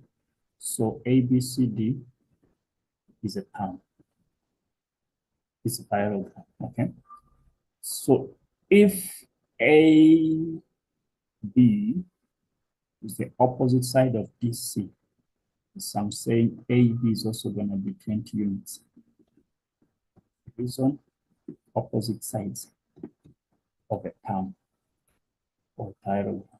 So if that is a 20, all I need to find is the size, okay? The size of AD. Then I can go back to my triangle RDS, okay? RDS, and say that from RDS, if I use my proportionality theorem, if I get my AD over the total distance RD, okay? AD over RD must give me the same thing as BS. Okay, just this, I'm comparing it. Okay, so I'm having BS over the total length, which is RS. Okay. The reason is going to be proportionality theorem, because AB is prior to, so AB is prior to BS. Okay, then I'll substitute what's my AD, that's what I want. So AD is going to be the same as BS times RD over RS. So our BS, we said, was 3. And then I'm multiplying the 3 by the RD, which is a 48. And then I'm dividing it by 5 times 48. No, not a 5, guys. It's not a 5, it's not a 5. RS is 8. So that is the total length. It was 500. Okay, so it means I'm having 18 units. Okay. If it's 18, which means the ratio of AD to AB, I'm gonna have 80 is to 20. Because our AB was a 20. Remember, initially we said this. So when I simplify this, I'm gonna have 9 is to 10. So AB is AB. That's gonna be 9 is to 10. All right, guys, that is question number 8. Then question number 9.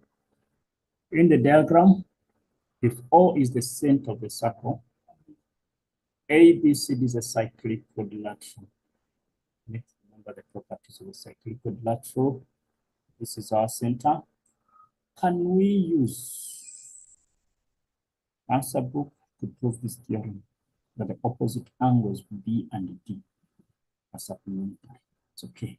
I can use this. So in most cases, there's construction that is needed. Okay.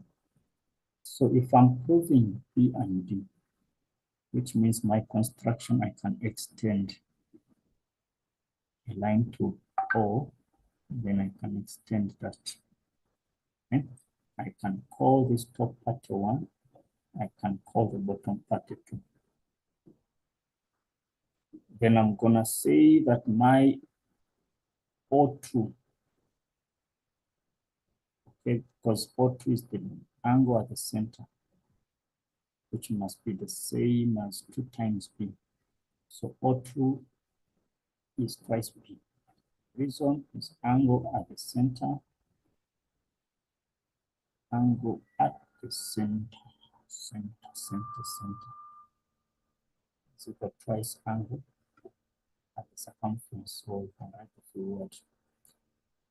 Then consequently, we can say that O1, this angle here, is also at the center. It must be twice the angle at the circumference. It's the same as twice D. So angle at the center is twice angle at the circumference. Okay. But we know that our O1 plus O2 must give us 360 degrees. Reason, those are angles at a point. So sometimes we just call it a revolution. Then when I substitute my O1 and O2, that's going to be my 2D plus my 2B being equal to 360 degrees. Vector out the 2, I'll have D plus B being equal to 360, and then I'll divide both sides by 2.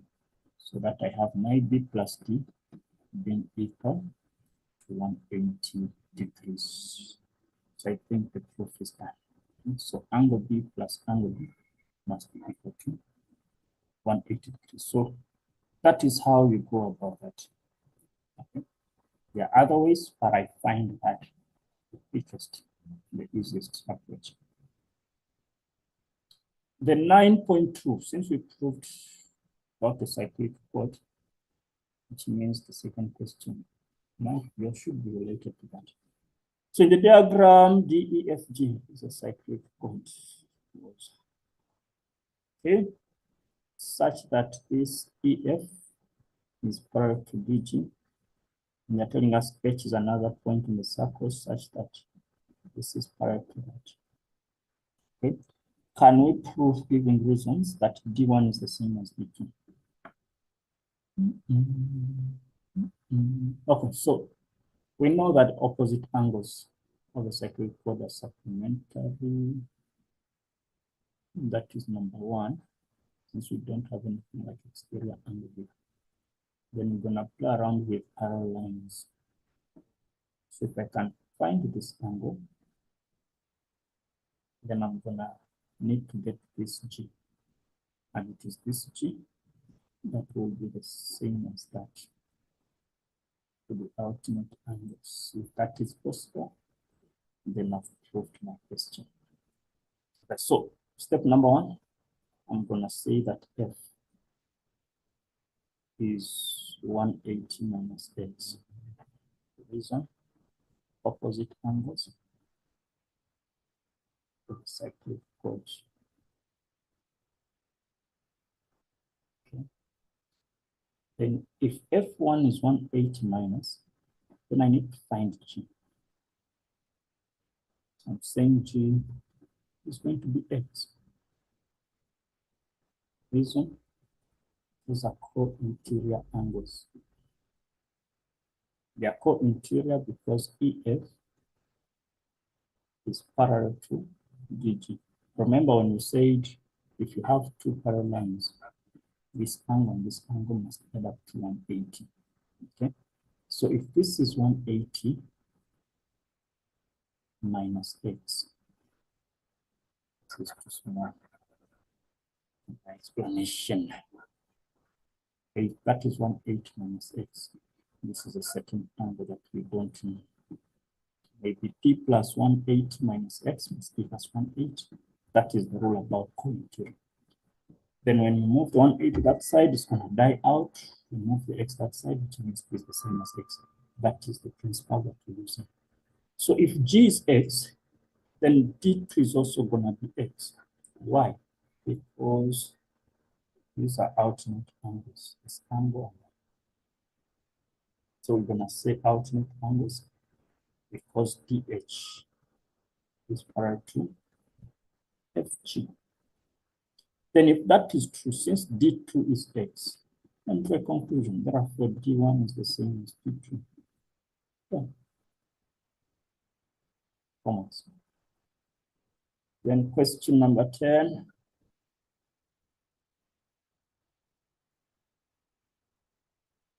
Question number 10. They're telling us that in the diagram, TR is a diameter. It's here. This is a diameter, that is the center of plane. And then PRKT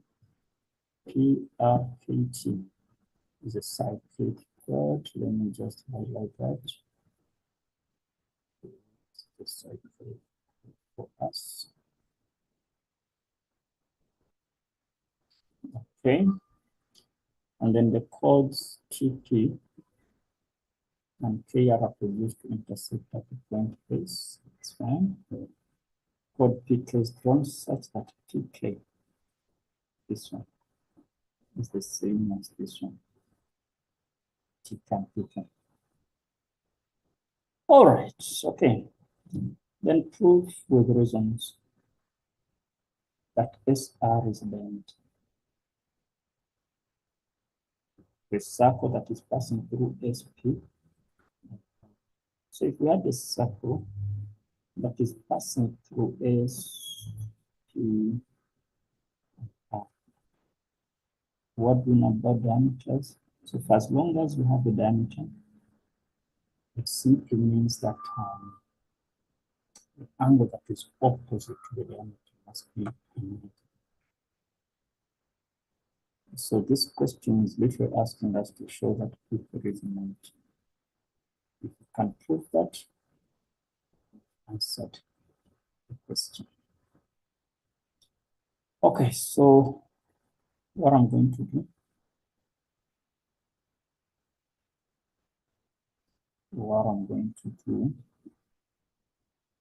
how do we prove that P3 is 90?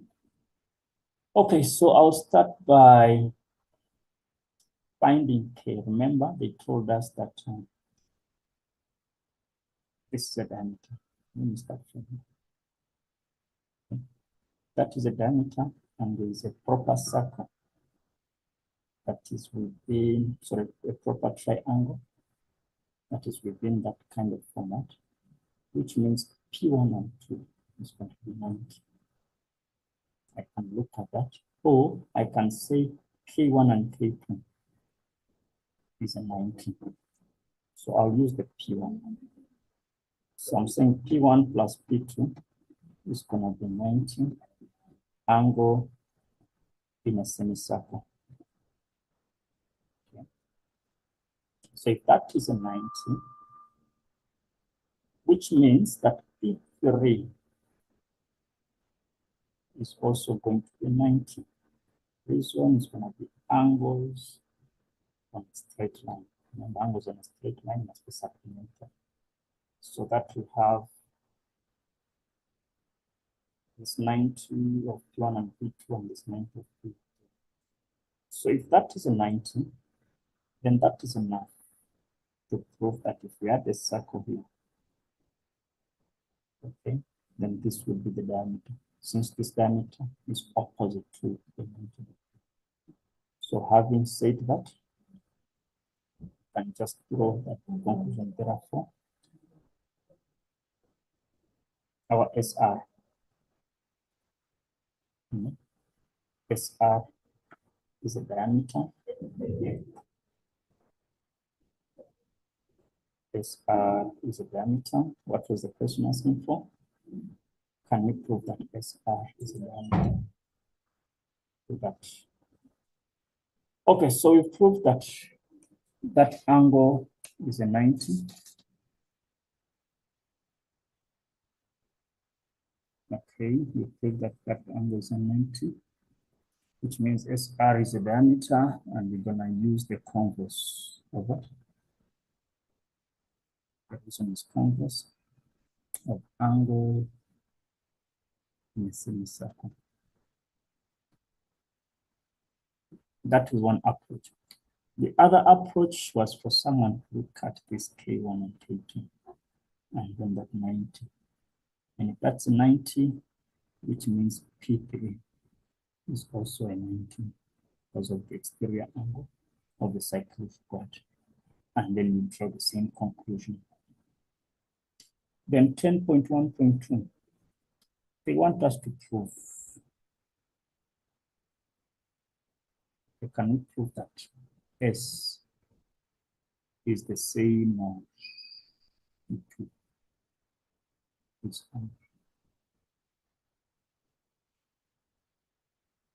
S is the same as P2. What do we do? What do we do? S is the same as P2. Okay. So from this drawing line, I can see that R1, this angle, is going to be the same as T1 and 2. Because that is exterior angle of the cyclic quad.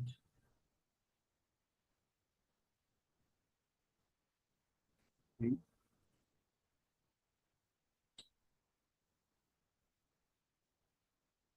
And then okay. Since they told us that TK is the same as P2, I'll start by saying that T1 plus T2 is the same as P1. Okay, this one is going to be angles opposite equal sides. That's when I look at this triangle, that is in triangle TPK. Okay, if that is true, then I'm seeing that R1 is going to be the same as T1 plus T2. The reason is going to be exterior angle of the cyclic quad. Let me write it this side. Same T2 plus T1 is the same as P1. Reason angles opposite equal sides. And then the same R1 is the same as T1 plus T2 because of exterior angle of the cyclic quad. Okay. Then if that is true, that this and this are the same, and then that is also the same. What does this mean? This simply means that R1 is the same as P1. Does it make sense? Yes. Say P1 and R1, they are equal to the same thing. Therefore, P1 is the same as R1. Okay. Go further and see that in triangle, this P. Remember, this was meant in triangle. This RP. We know that P1 and P2 are going to be 90, same as S and R1.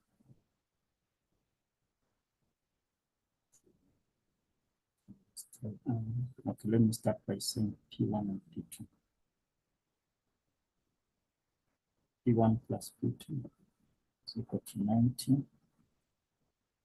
Those are the opposite angles of the cyclic quad. If not, we will prove that the angles in the same side. Let's just stick to that. Okay. Angle in the same side Okay, so if that is true, which means even S and R1, if this is a 90, it means S and R1. S plus R1 must also be 90, and this in triangle SRP. Then I can equate this two. I'll say, I hope it makes sense, guys, not one crucify. P1 plus P2 is the same as S plus R1. But we say that P1 and R1 are the same. So this and this are the same, which means that P2 is the same as S.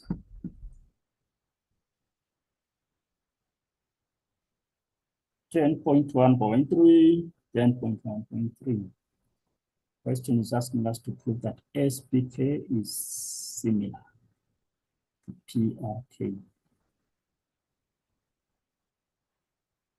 SPK, just highlight it. That SPK, this big triangle,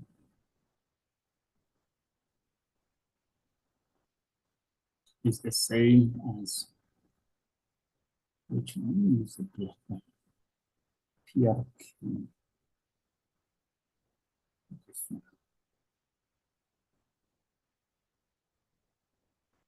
Let me put that as okay. So from the drawing,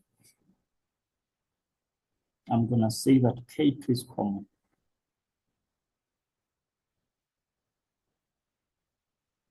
Okay, for both triangles, since both of them are sharing this K2.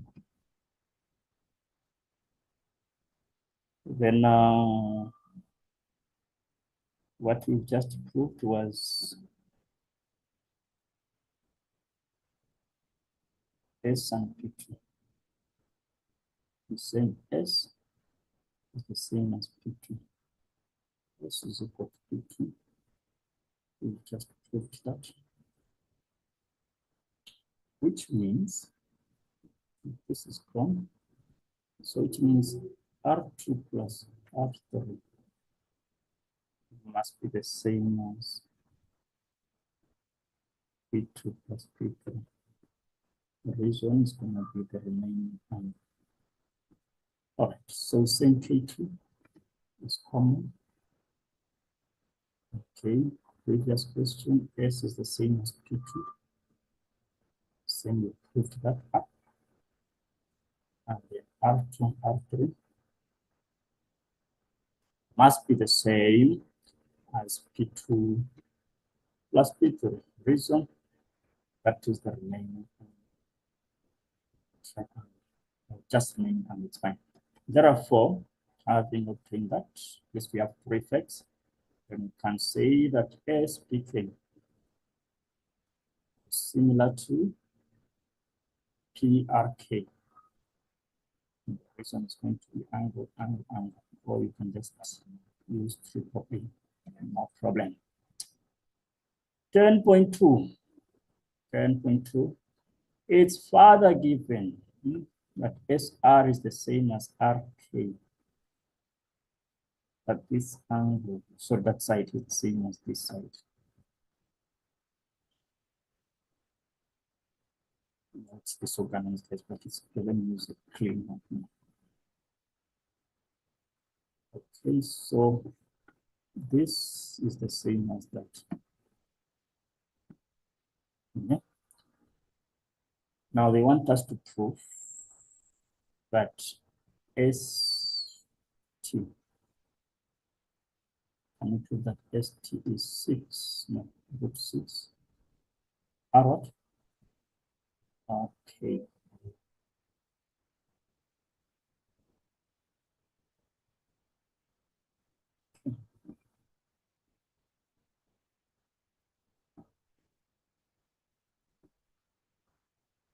Okay, so what I'm gonna first of all do is, since we're looking at ST, which is, and we know that K1 plus K2 is 90 because of angle in the same circle. Okay. That's 90, then this is a right-angled triangle, and you can apply the Pythagoras theorem. We'll have S squared is equal to TK squared plus SK squared. Okay. But before I go there,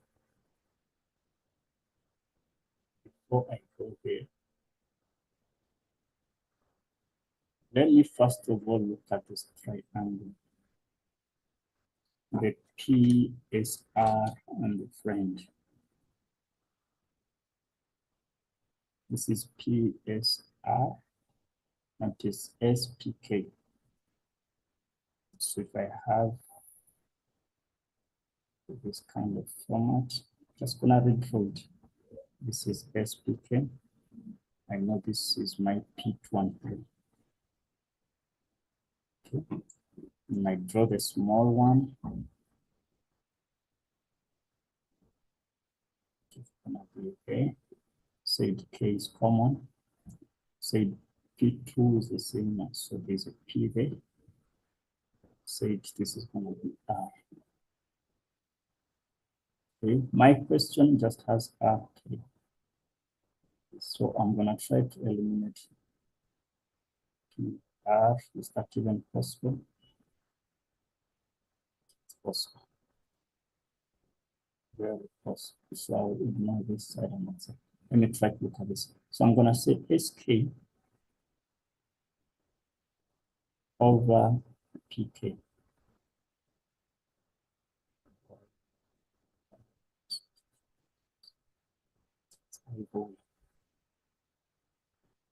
It's gonna be the same as PK over KR. Okay, what's the reason? That's going to be the proportionality sides of sides and proportion. Proportion sides because of similar triangles. If I make PK the subject, which means PK squared is the same as SK times KR. And this, I need it. All right, then I can just go back and know that our PK is the same as the TK from the question. We told that PK is the same as TK. So where I see a PK, I can replace it with a TK. So that I have my TK squared is equal to SK times KR. Let's get here.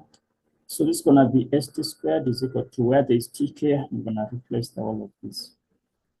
So that is SK times KR plus, what is our SK? They told us is the same as this. So if this is RK, this is also RK. So I'm going to say 2RK squared.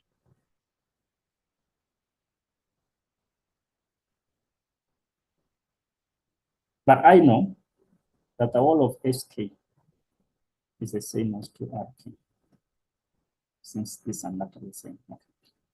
So which means ST squared is gonna replace this to 2. I don't know, RK is the same as KR. It's the same thing. Plus that is gonna be 4 RK squared. So ST squared is gonna be 2 RK squared plus 4 RK squared. And this is gonna be ST squared being the same as 6 RK squared. Then I take square roots on either side. Then that's gonna be root 6. Square root of anything squared is just gonna be RK. So that is what we have to do. So start with the triangles and compare the proportions. Someone could have said SK over PK is equal to PK over that. That are the sides that are in proportion. So guys, that's that. No? With that question 10.2. Oops, that's the last question. All right. So guys, I We're done. That was the last question, and then I'll stop. All right, thank you very much, guys. So if there are any corrections to be made, please, you can leave them in the comments. We appreciate your feedback that you give us. That will make us better people in the future. All right, thank you very much. Let's meet in the next episode.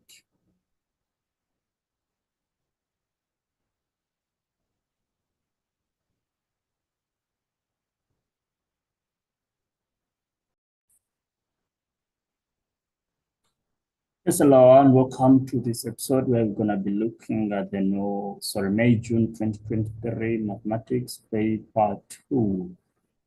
We call the supplementary examination. So this paper 2, it's 150 marks. It was meant to be done in 3 hours. Okay. So the instructions are, we have 10 questions that we need to look at. There's a special answer book that we shall be using. We must show calculations, and we must use some diagrams in some cases. Answers only will not guarantee full marks. There is a need for scientific calculator unless the question tells us not to use one, okay? So we need to round our answers to 2 decimals, and unless the question tells us otherwise. Diagrams are not drawn to scale, and there is a formula sheet at the end. Then we need to write neatly and legibly. Okay, so when you look at question number 1, it's usually statistics, okay? So in this case, they're telling us that the owner of a small company wishes to establish whether advertising in a regional newspaper is effective. Does it bear results? Okay. The table below shows the amount that was spent on advertising and the sales for the last 9 years. So the first year, the second, the third, and so on and so forth. So this is how much was spent on advertising. And then these are the sales, like the outcomes of the advertising after the advertising was done. Okay. So usually the amounts or the values in the top row will always represent the X. In this case, that told us those are the X values, and then these are the Y values as well. Then 1.1.1, they're telling us to determine the equation of the least square regression line. Okay, so one thing we need to know that for the regression line, it's usually in the form of Y is equal to A plus BX. Some calculators will show you these capital A's and the capital B's. And so what we need to do, we need to set our calculators into the mod function. From mod, we need to look at start. And then from start, we need to choose the regression line, which is the A plus BX. If it's not there, then you have to choose the regression equation. Then you're gonna get 2 columns that are having X and Y, and sometimes even the frequency can be indicated. Don't worry about the frequency. So for the case of the X, we're gonna enter all the top numbers for the top row. All the numbers must be entered, and then the corresponding Y values should also be entered. Once that is done, we must press the AC button, or sometimes call it clear all. If not, you must use the on button and just to clear whatever is on the calculator. Then from that, we're gonna press Shift and 1. And then we choose the relevant item we're looking for. So in that case, we're gonna start by looking for the value of A, and then the value of B, and rewrite our equation. Okay, so when I do that, enter my values, X and Y. Okay, I press the clear all button. And then once that is done, you can press the Shift and 1. And then I'm seeing my A as 1730.22. I'm getting a B of 13.96. Okay. So I want to use the answer book. Let's see if I can access it.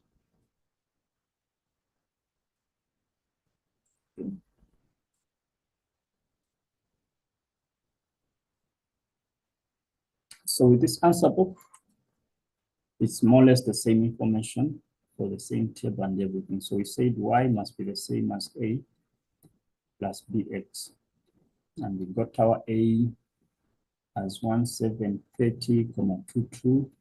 We said b was 13,96. So my equation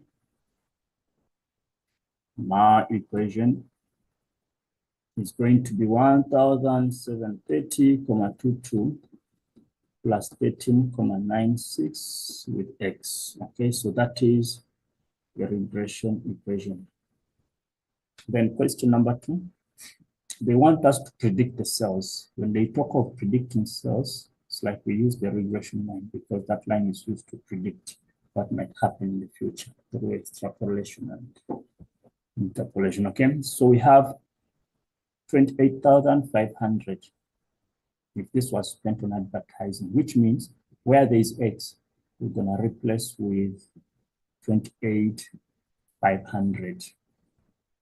Okay, so this is going to be what's happening here. Okay, so we said we're going to have y is equal 1730,22 plus 13,96 times 28,500. Okay, we just need to put this in the calculator once and for all. And then we're getting our y value as a 39,590,22.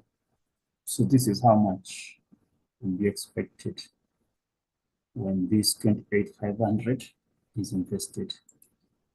Okay, then 1.1.3, write down the correlation coefficient of the data.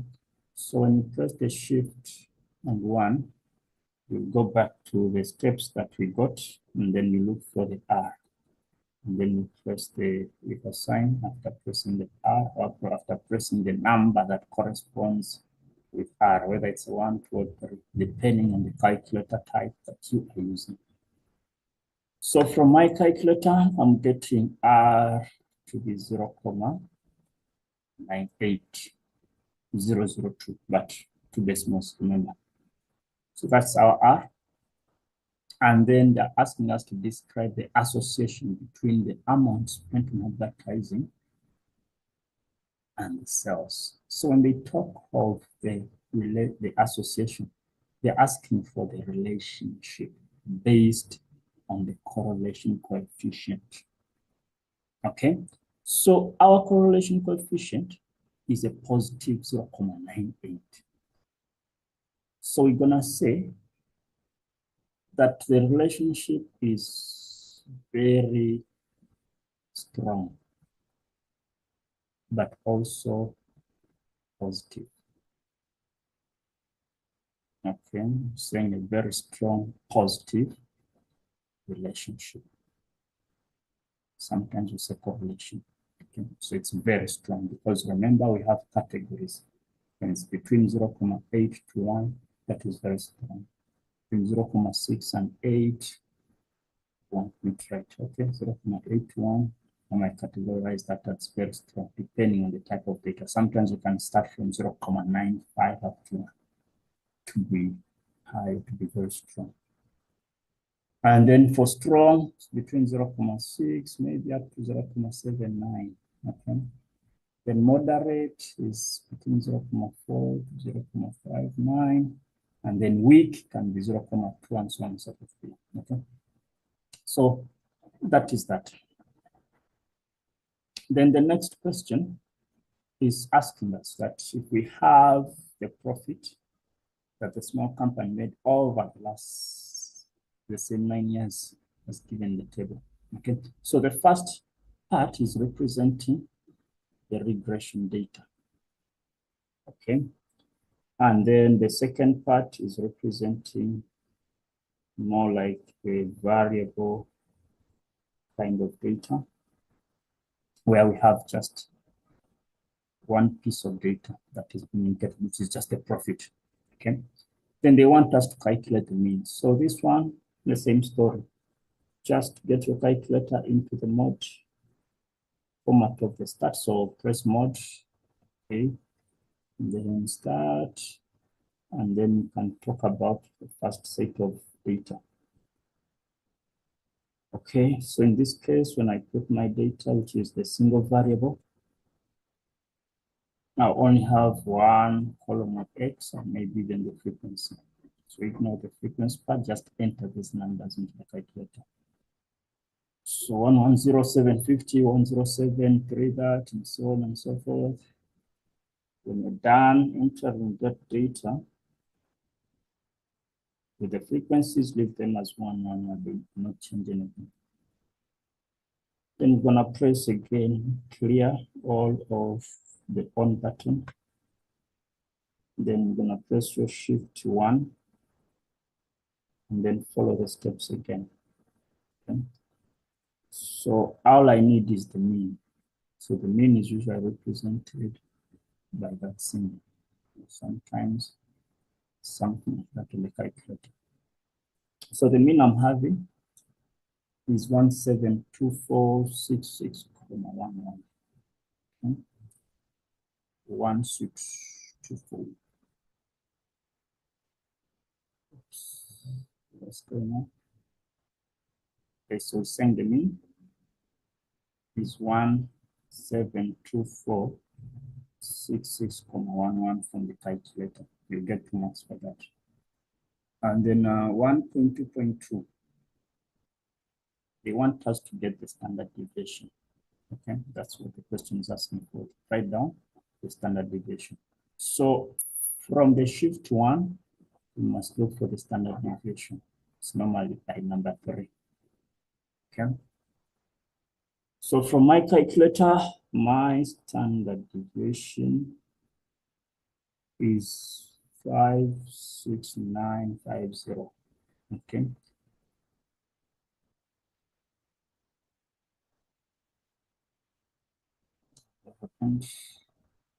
Just gonna close this for now.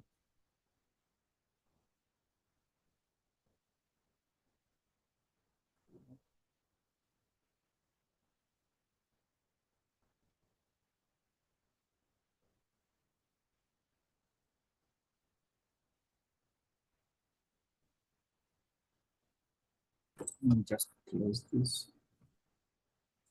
before we continue.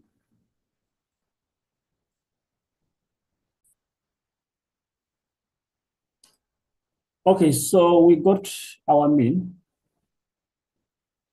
So we're saying we got our mean as and what was the value? It was 172466.11. And then we said the standard deviation is 56950.09.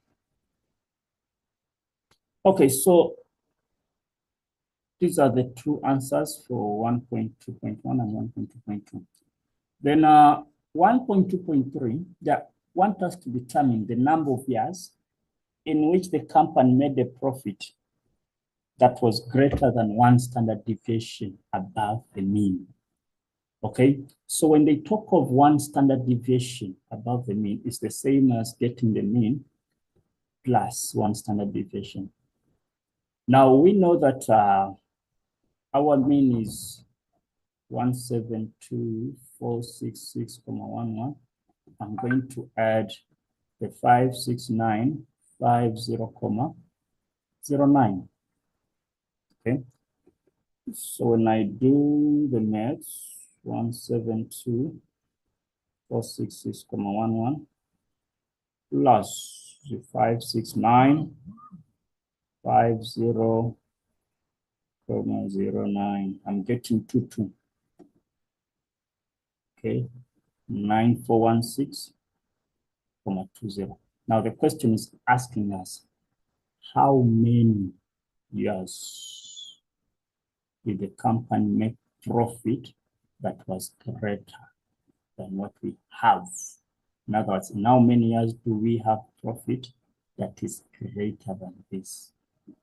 So go back to the data. Let me just make this a bit smaller. Oops. smaller, smaller, smaller, so that I can see my data nicely. I think that's better. All right, so I need to look for amounts that are slightly bigger than 229. Okay, this is a no, this is a no, a no. 229, yes. No, yes, no, no, no. So which means we have just 2 years. So the company that much of profit for 2 years. That is the question. That's the answer. And what was expected of us, okay? That is 1.2.3. That's the whole of question on 12 marks. Then question number 2. Question number 2, please don't rush, okay? The ages of the people who attended the music concert were summarized. Okay, this is like group data. So these are the groups or the ages. That for ages between 15 and 5, we have 20 people. And then for ages between 25 and above 15, and then 25 and so on and so forth. So this is the information we have. Then the question is asking us to determine the modal class of the data. So mod, remember, modal comes from the word mod. And you know that mod is the data that appears the most. So when they talk of a modal class, they want us to get a class that is having the highest representation or the highest frequency, because now this is our frequency. And so when I look at all this, I feel like 90 is the biggest representation. So we're gonna have 35 is less x is less or equal to 45. And that would be our 2.1. Okay, then 2.2. They want us to get how many people attended the music concert. So all we need to do is just add up all those numbers. Okay.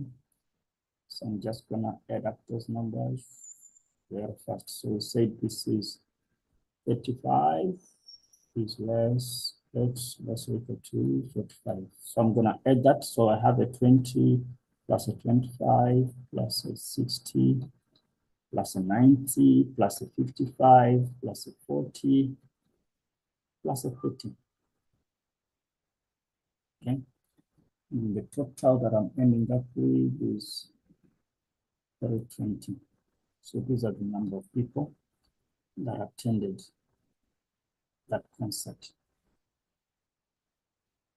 All right, and then 2.3, they want us to draw a cumulative frequency graph. Sometimes we call this the Ogive, okay, to represent the data. Okay, so one thing we need to know that as we are plotting the Ogive or the Ogive, we need to know what we plot and what we don't plot. So since the grid just has everything that we need, we have the cumulative frequencies here, and then we have our edges this side. So these edges are more like the classes, but from the information, we don't have the cumulative frequency. So we need to create some sort of a color for the cumulative frequency. Okay? Because the cumulative frequency that we use when we are plotting a cumulative graph, we don't use the frequency. And how does the frequency of the cumulative go about? So the first frequency will represent the first cumulative frequency. And then for me to get the next cumulative, I'll just plus this 20 plus a 25. I'll get a 45. And then 45 plus 60, I'll get 105. And then 105 plus 90, I'm gonna get 195. Then 195 plus 55, I'm gonna get 250. 250 plus 40, I'm gonna get 290. Then 290 plus 30, I'm gonna get a 320. So the last cumulative must always correspond with the total number of participants or your total frequency, okay, which is correct now. So when I'm plotting my cumulative, this 20, I'm going to plot it with a mean of 5. Okay. Then, no, that's not true. So I'm saying with the cumulative, I'm going to use the upper class boundaries. Okay. So I'm going to plot 75 with 320, plot 65 with 290, 55 with that, 45 and that, even this 15 must go with the 20. And then I'll just extend my graph to a 5. Okay. So what I'm going to do, remember we said we have a 20. Let me just put it somewhere. 20, 45, 105. Okay, so we know that the first one is 15, that goes with 20. Just okay, 15 is between 10 and 20, which is like halfway. 15 goes with 20. This is 1, 2, 3, 4, 5, which is 10, 10. So which means it's gonna be somewhere here. Okay, so this is the mark that I have. And then now I go to 25.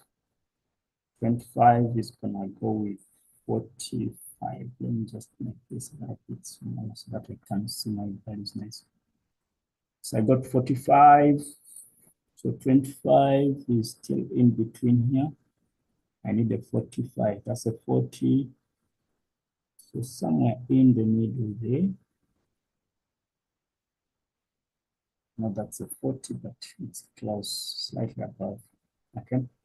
Then I'm going to 35. This is the line of 35. 35, where are you? You're going with 105. 35 with 105, this is 100. So somewhere, okay. And now I need 45. 45 is 195. So just before 200. Slightly before 200. Okay. And then I need 55. We said it's 250. 55 is 250. Just on the line here. Okay, and then we have 290. 265 is 290, just below 300. Okay, and then we have a 320. All right. Then we have a 320 for the last one, which is 75. This is 300, and this must be 320. Okay, so from that, I just need to connect. Okay. Connect that with your freehand. It might not look like an S curve for now. But remember, it's an ogive, so it has to just that. Okay. And then remember, we said this must be connected to 5 and 0. So the starting point is 3. So just connect that to that. Okay, so that's going to represent my ogive. So this is the 5, which is the starting point of minimum transmitter. All right, that is what we had to do. Then they're asking us to use the graph to determine the median. All right, so with the median, since we have 320 people, some people prefer using a half of n plus 1 to get just the position. So that it is a half of 320 plus 1, and then they locate where that is. Okay. So what is a half of 320? Let me first use this approach. It's gonna give me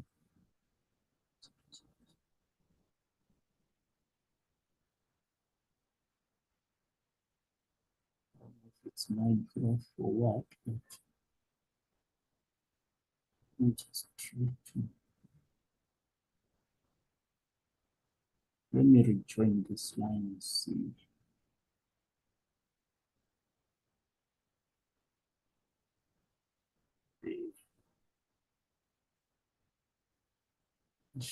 I'm sorry, guys. It's live.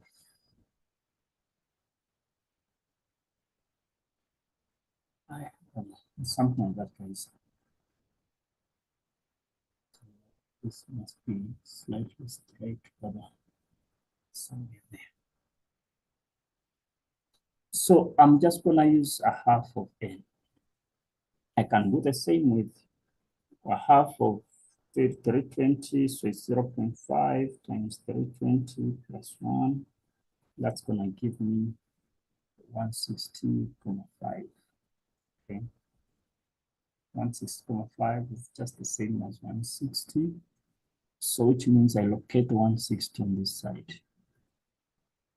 Okay. And then I must follow this line of 160 till I meet up with the graph. So it's where my graph is meeting. And then I'll drop this downwards to find how many layers it is. Okay. So this was 41, 2, 3, 4, 5. So which means every block is representing 2. So that's going to be like 42 years. Okay. So it's saying that's going to be 42 years just from the graph. Then question number 3. Question number 3. Let's make this a little bit smaller. Okay. So with question number 3, we're being told that in the diagram, the equation of AF is y is equal to negative x minus 11. Okay, this is the line AF. B is a point on the x-axis such that this B is a midpoint. The straight line joining A, which is down there. Okay. It's joining A and C. The angles of inclination are that, and the alpha, so angles of inclination are alpha, and then the 63,43 respectively. AF cuts. Where is AF? Okay, it cuts the x-axis at B, and then D is a point such that DE, okay, this line is parallel to AC. That parallel.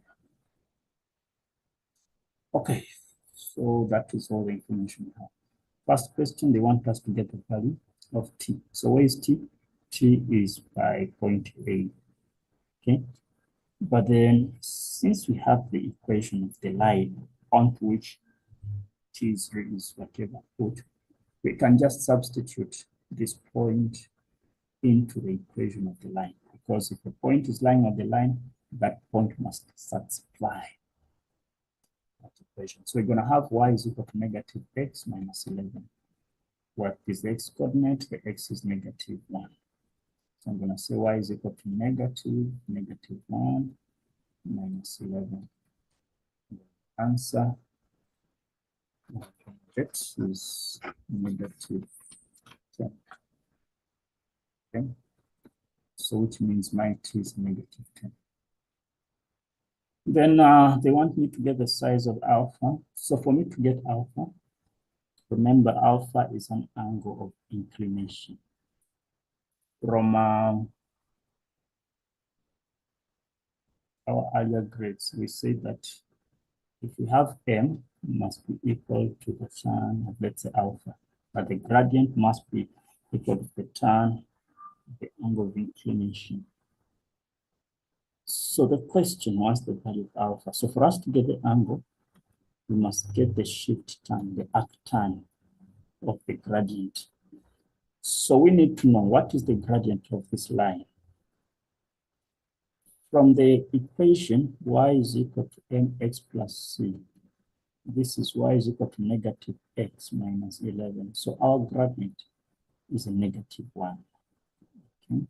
So I'm just going to replace that with a negative 1. But since I'm going to end up with a negative answer, because I know that the shift tan of the negative 1 must give me a negative answer, I need to plus 1 so that I end up with a positive answer. Okay. So I'll say shift tan of negative 1 is negative 45. So the negative 45 is just representing this. Negative, but that is a 45 down. And then since angles are on a line, angles on a straight line, I must just plus 180 or subtract from 180. And then I get the answer. So that's negative 45 plus 180. Then I get 135 degrees. So that is my alpha. Then 3.1.3, they want the gradient of AC to the nearest whole number. So AC is this line. Okay. But all we know about this line is just one coordinate, which is P. So we don't have any other coordinate points that we have. So we cannot use the normal change in y over change in x. But all we have is the inclination angle. So we're going to say that the gradient must be equal to the tan of the inclination, which is 63,43. Okay. When I use this, I'm getting 1,999,568 and so on. But they told us we must round it off to the nearest number, nearest integer. Okay, so that is a 2. And then we're done. Then 3.2, they're asking us to get now the equation of AC. Now, since we already have the gradient, and there's this one point A, we can use that. So we're going to use the gradient of 2 and point A, which is negative 1 and negative 10. Remember correctly, yes. So there are 2 ways of doing this. Some people prefer using the mx plus c format, where they substitute the m and these points and get the value of c. So let's see. So where there is x, I'm going to put a negative 1. Where there is y, I'm going to replace with negative 10. So negative 10 is equal to m, which is a 2 times negative 1 plus a c. And I'll move this to that side. Okay. So that's going to be negative 10 plus 2 is equal to c. So my c is negative 8. And that is done. I'll just rewrite it as 2x minus 8. Okay. Alternatively, someone can use y minus y1 is equal to m into x minus x1. So still the same thing. That is y1 and x1. I'll replace these coordinates. It will be y minus 10 is equal to 2 into x minus 1. This is y plus 10. When I open that, I have 2x plus a 2. Then I'll move the 10 that side. It's going to be 2x plus 2 minus 10. So that y is 2x minus 8. So it's just the same equation, but different formats. So you choose whatever will work for you. And then 3.3.1. Okay. So 3.3.1, they want us to get the coordinates of C. Now, since we have the equation, for us to get the coordinates of C, we need to know the coordinates of B first. Then we can apply our midpoint formula. So what I'm going to do, I need to get the coordinates of B. Okay, so I'm saying the coordinates of B. From my equation, y is equal to 2x minus 8. 3 and 1, okay. B is 2, -4. C is 5, -3. And then we have D, which is x and 0. Question 1.1. They want us to get the gradient of AC.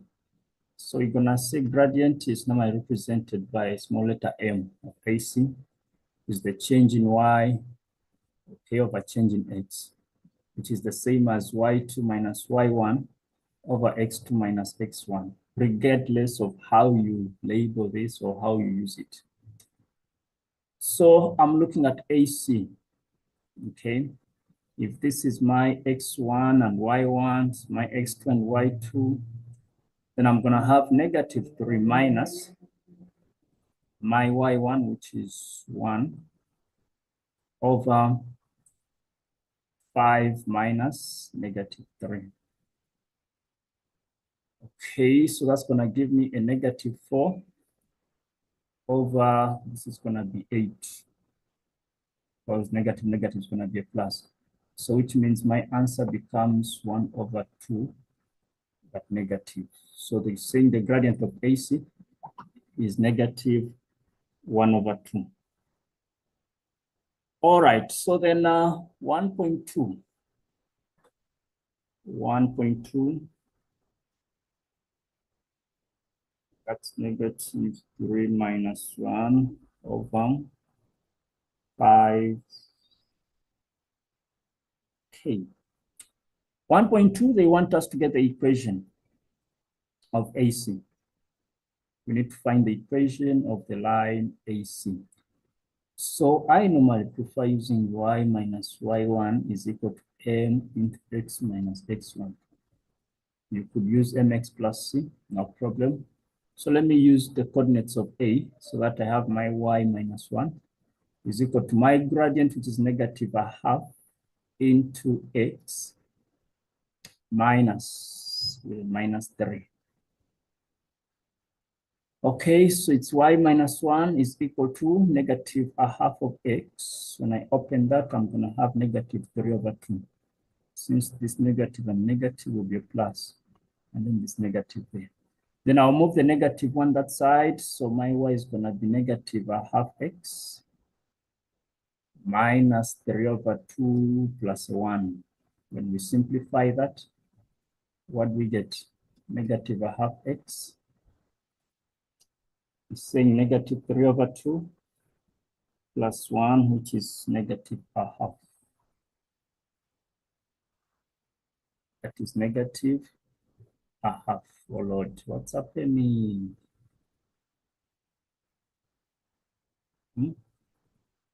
What is going on?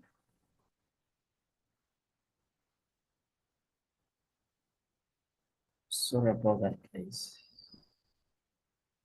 Okay, so we're saying it's gonna be -1/2.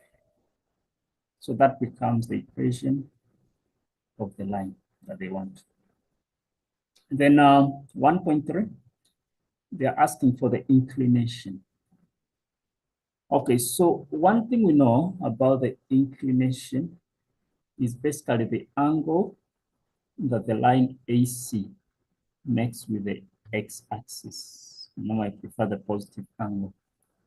So from m is equal to the tan of theta, okay? So if I was to call this my theta, just as my angle of inclination, for me to get that angle theta, I'll use the shift tan of m, okay? Where m is the gradient of that line. So since we got that gradient from 1.1 as -1/2, I'm just gonna punch that into my calculator and say my theta is gonna be the arctan of -1/2, okay? The arctan of -1/2. All right, and I'm getting -26.57 degrees. But remember what we said, we are interested in having a positive angle. So what we normally do, if we have a negative angle, just add 180. Or you could get a half and then you subtract 180 minus, you can simplify that. Okay, so if I have negative 26,57, I'm adding 180 degrees. I'm ending up with 153,43 degrees. Okay, so which means this is 153,4 degrees. This angle here, 153,43 degrees. Okay, so that is our angle of inclination. That is done. Then 1.4, they want us to get the coordinates or determine the coordinates of D if AC is a perpendicular bisector. So we have two words here.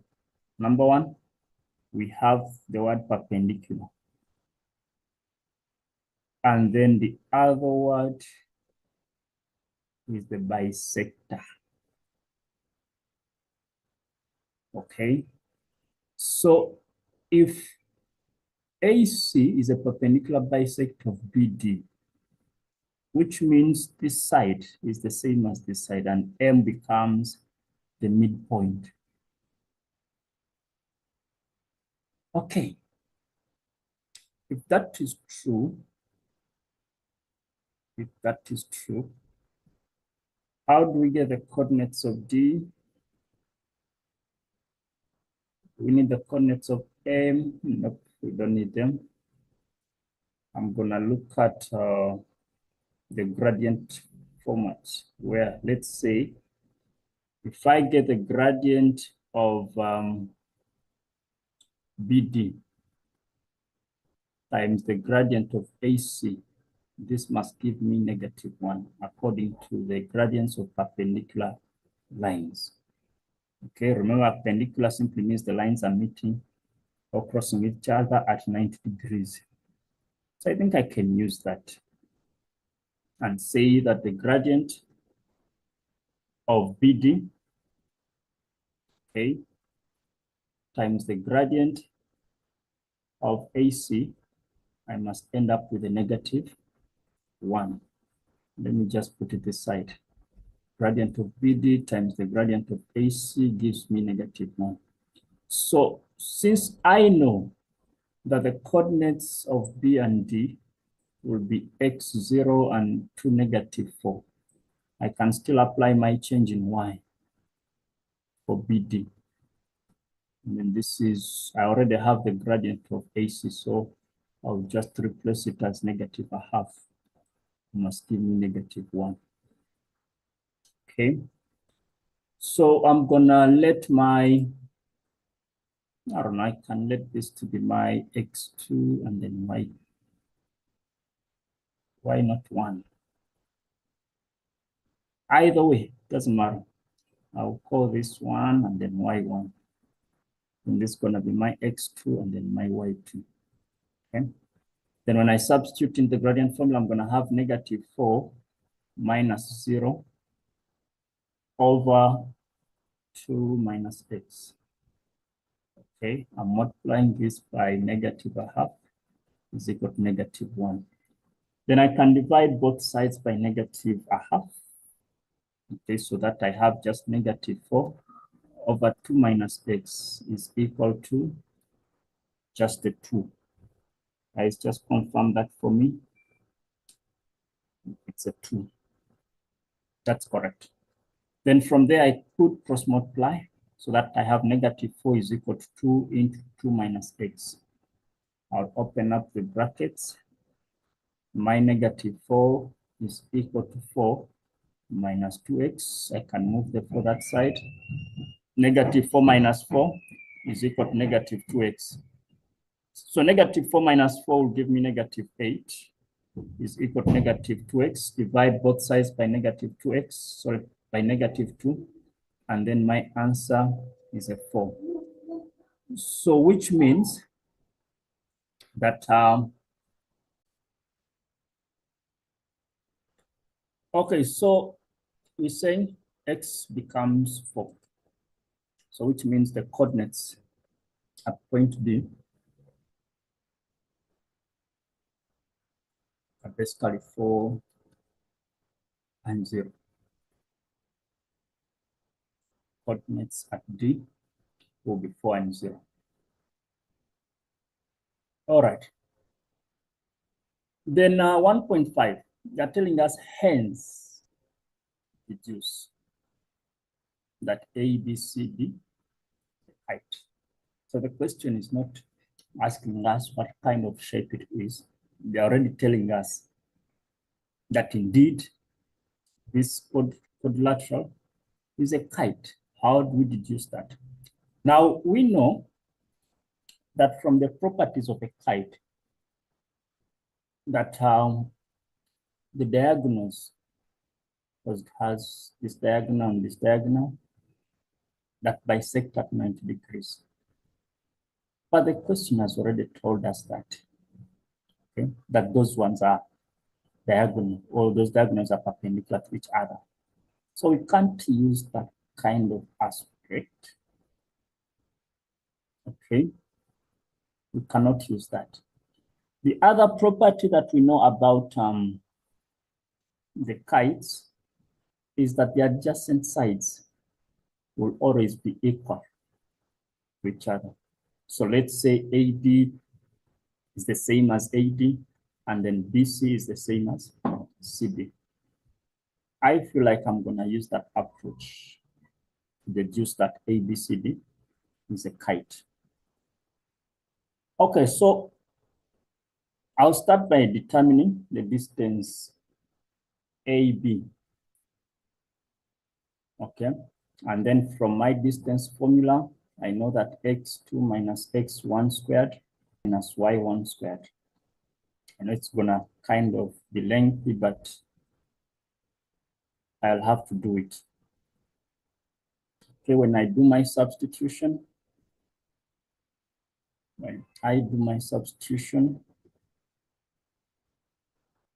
okay, that's going to be -3 minus a 4 squared plus 1 minus 0 squared. When I punch that into my calculator,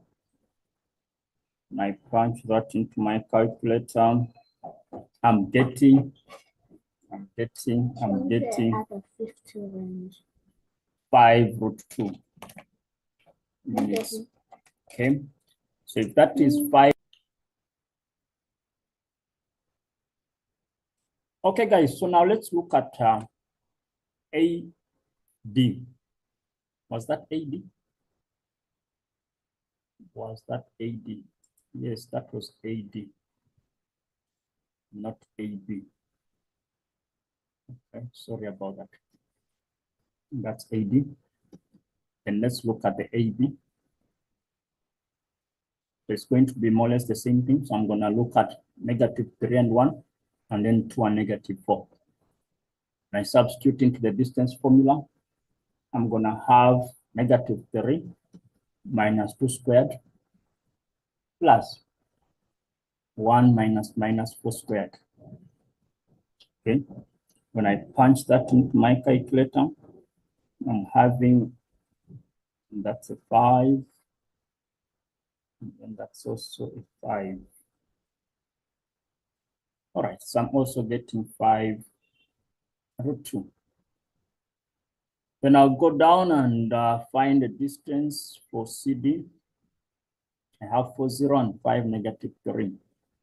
Okay, so my CD, substitute that into the calculator, it's going to be 5 minus 4 squared plus -3 minus 0 squared.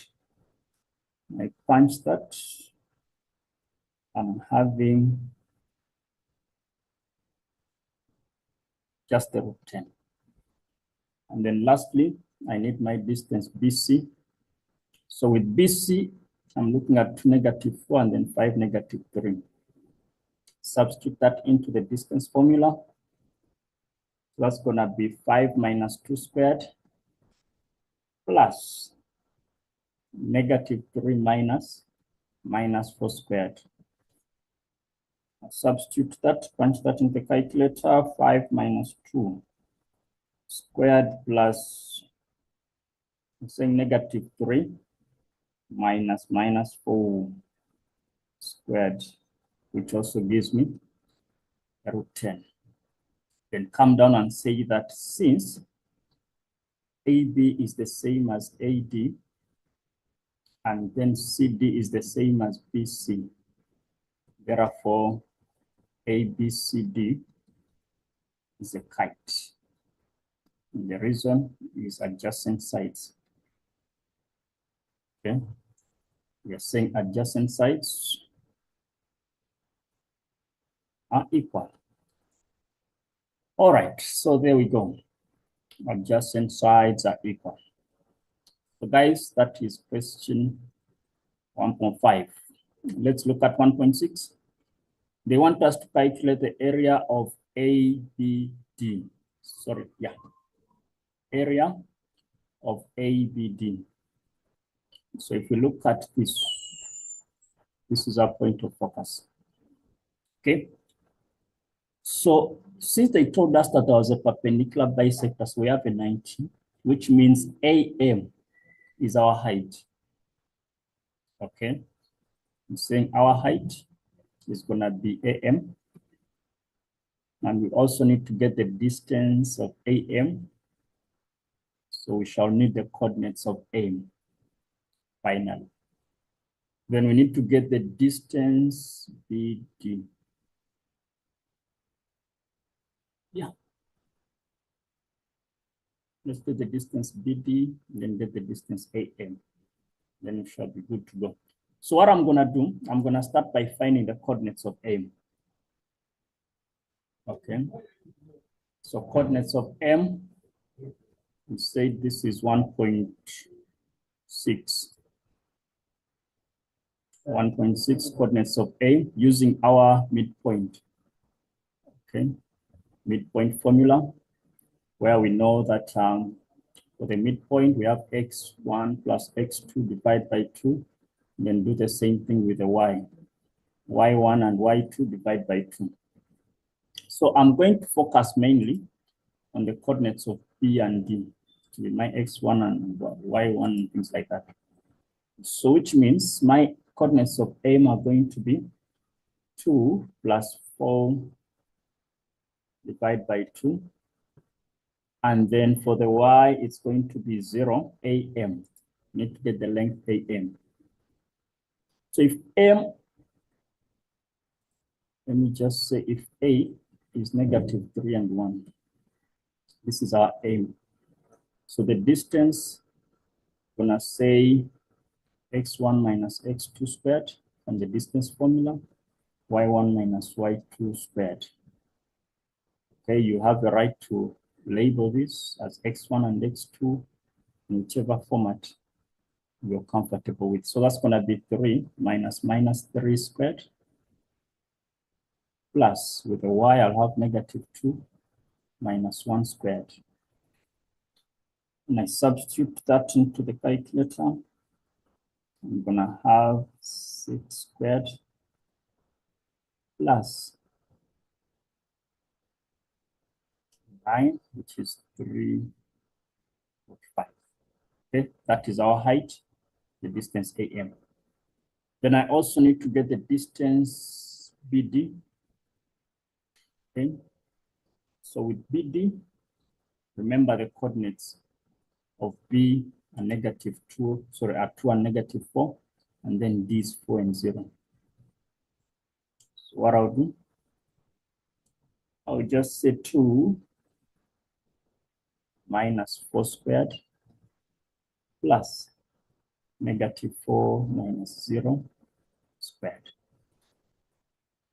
Punch this into the machine. Okay, so that is 2 minus 4 squared plus -4 minus 0 squared. That is giving me 2√5. Okay, but since ABD is a triangle, I know that the area of a triangle will be given as a half times the base times the height. So our base is the BD, and then our height is the AA, as initially stated. So when I substitute, it's going to be a half times 3 root 5, and then multiplied by 2 root 5. Okay. When I simplify that, that is 6. So 3 times 5, which is 15. I don't know, comrades, what you get in that side.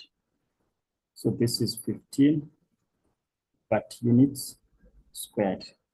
So that becomes our area for that particular triangle. So guys, that's what you have to do for question number 1. Okay, we move on to question number 2. They are telling us that in the diagram below, we have Q, which is 15, and M is the center of a larger circle, which touches both the x-axis and then the circle that is centered P. The circle with P has the y-intercept at A. Okay, we can see that. And it has an equation of this much. All right. If that is true, they want us to determine the equation of the circle with center Q in terms of x, y, and M. 1 mark. So guys, we know that the general equation of a circle is x minus a squared, and then y minus b squared is equal to r squared. Remember, the minus can be a plus, depending on the coordinates. Now, what I'm gonna do, I'm just gonna say x, since the 15 is positive, I'll change the sign. I'll say x minus 15 squared plus y minus m squared is equal to what is our radius? Our radius 8 units. So 8 squared is a 64. So that is 2.1.1. Then determine the value of m. 2 marks. Value of m. All right, so there was a statement that was given to us. Number 1, they told us that the larger circle touches the x-axis. That is important. Then they told us that the radius of the circle is 8 units. So if this is 8, which means even if I try to drop a line, okay, that is parallel to the y-axis, the distance there is going to be 8. And remember, the x-axis is also named as y is equal to 0. So which means we are counting how many units from the 0 line?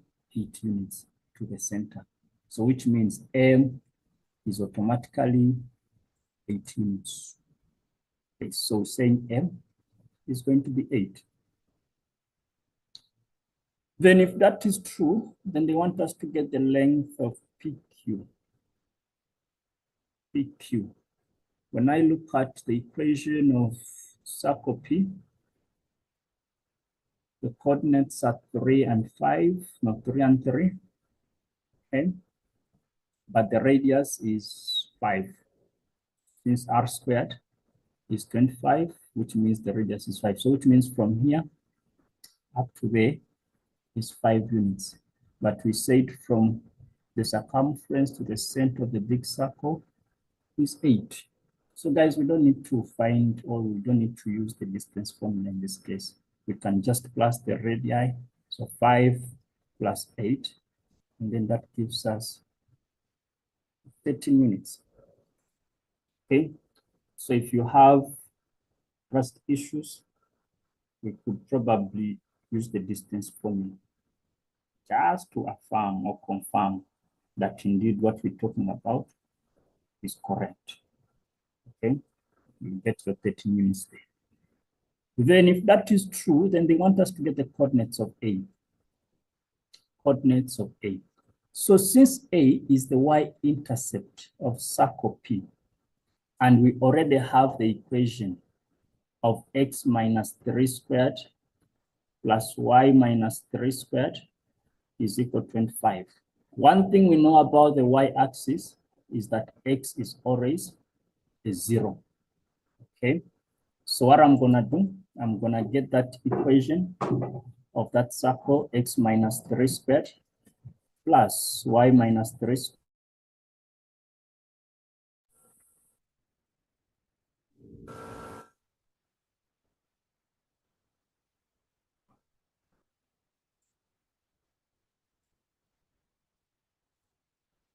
Okay, so that's a 16. And then I'll find the square roots on either sides.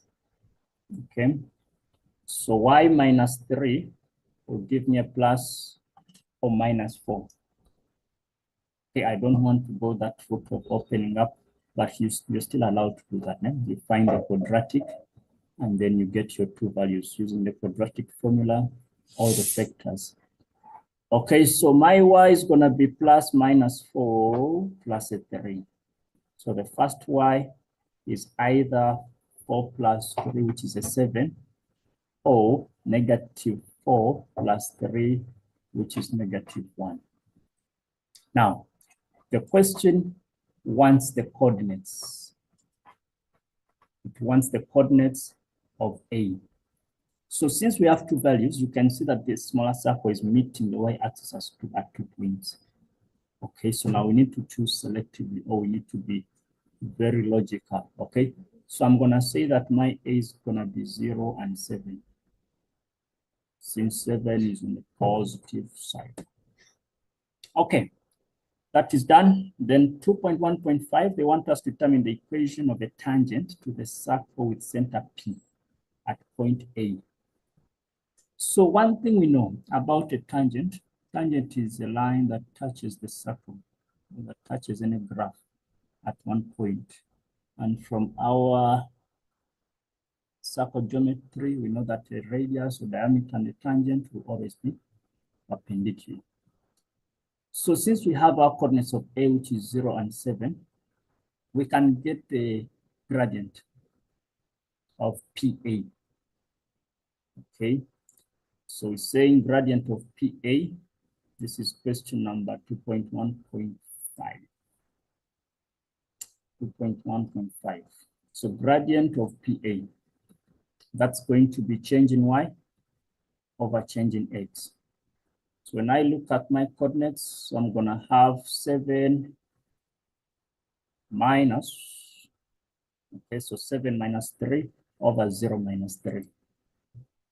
Okay, so 7 minus 3 over 0 minus 3, that's going to give me a negative 4 over 3. This is the gradient of the radius. Okay, but the radius and the tangent, we said will be perpendicular, which means the gradient of the tangent is going to be 3 over 4. Remember what we said about perpendicular lines, that m1 times m2 must give us negative 1. So I'm just dividing negative 1 with this, give me 3 over 4. Then I'm going to say at A, which is 0 and 7. So my y is going to be 3 over 4x plus a 7.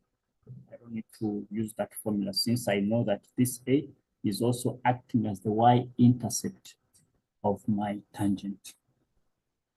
Okay, guys, so that is 2.1.5.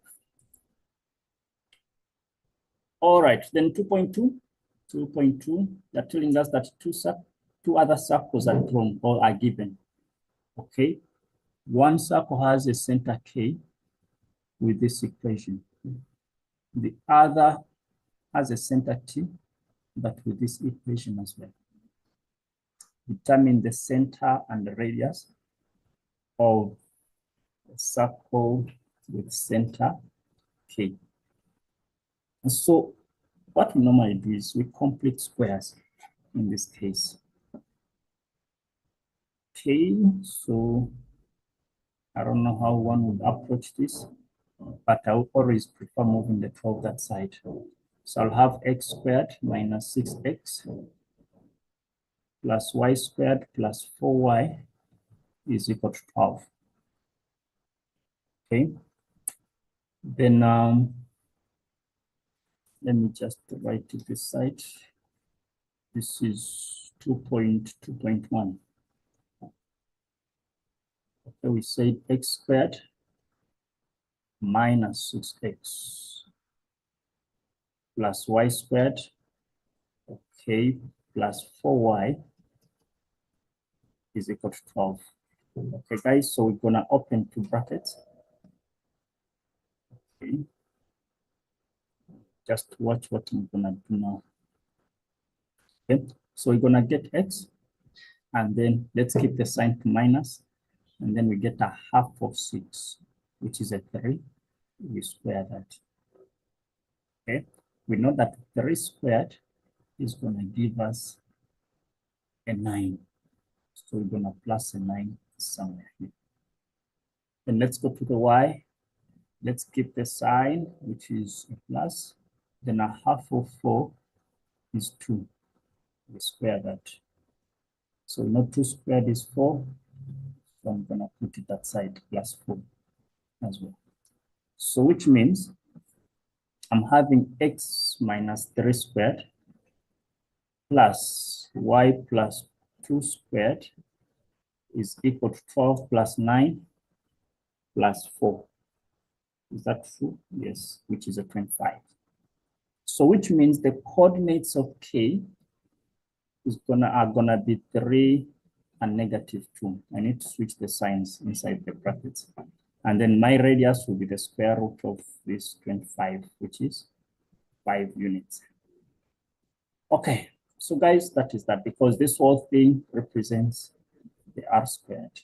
So square root will be 5 units. So 2.2.1 has been answered. Then 2.1.2, sorry, 2.2.2.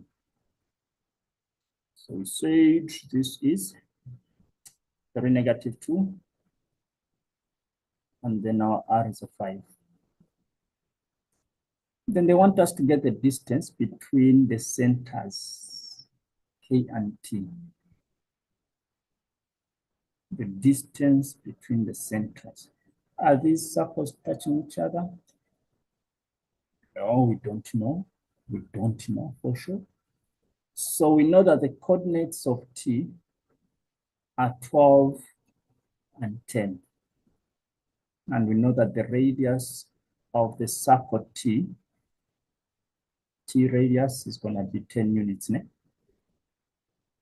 So what we need to know, use the distance formula so that we just save time. So KT is going to be the square root. I'm going to say 12 minus 3 squared plus 10 minus 2 squared. I'll punch that into the calculator. This is 12 minus 3.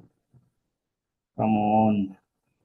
12 minus 3 squared plus, that's 10 minus 2, which is a plus 2. And I square that, I'm getting 15 units. Okay. So answer for 2.2.2 is 15 units. That's from the distance formula. Now, they're asking us at how many points do the two circles intersect? So guys, remember, if you have two circles that are having K and T, if we get the distance KT, if this distance is equal to the radius of K plus the radius of T, then this is going to be just touching at one point. Then if our KT, the distance we just found out, is greater than the radius, the distance of the radii, then which means they are not touching. Okay. And then if our KT is smaller than the radii, which means the circles are touching at 2 points. Okay, so we have our KT. Can we get the radius of K plus the radius of T? Remember we said radius of K was a 5, radius of T is a 10. So that is 15. So the two are equal. And we said for as long as they are equal, the circles are touching at 1 point. Therefore, circles touch at one point. Okay, so at how many points do they touch? So we said 1 point. The motivation is going to be this. KT is equal to RK plus RT. There we go. So that would be our motivation, and that would be question number 2. Question number 3. This is trig. All right. Why are there a lot of marks? 24 marks up for grabs. Okay. Let's see if we can have them. Let's see if we can have these marks. All right. So I'm going to just erase this.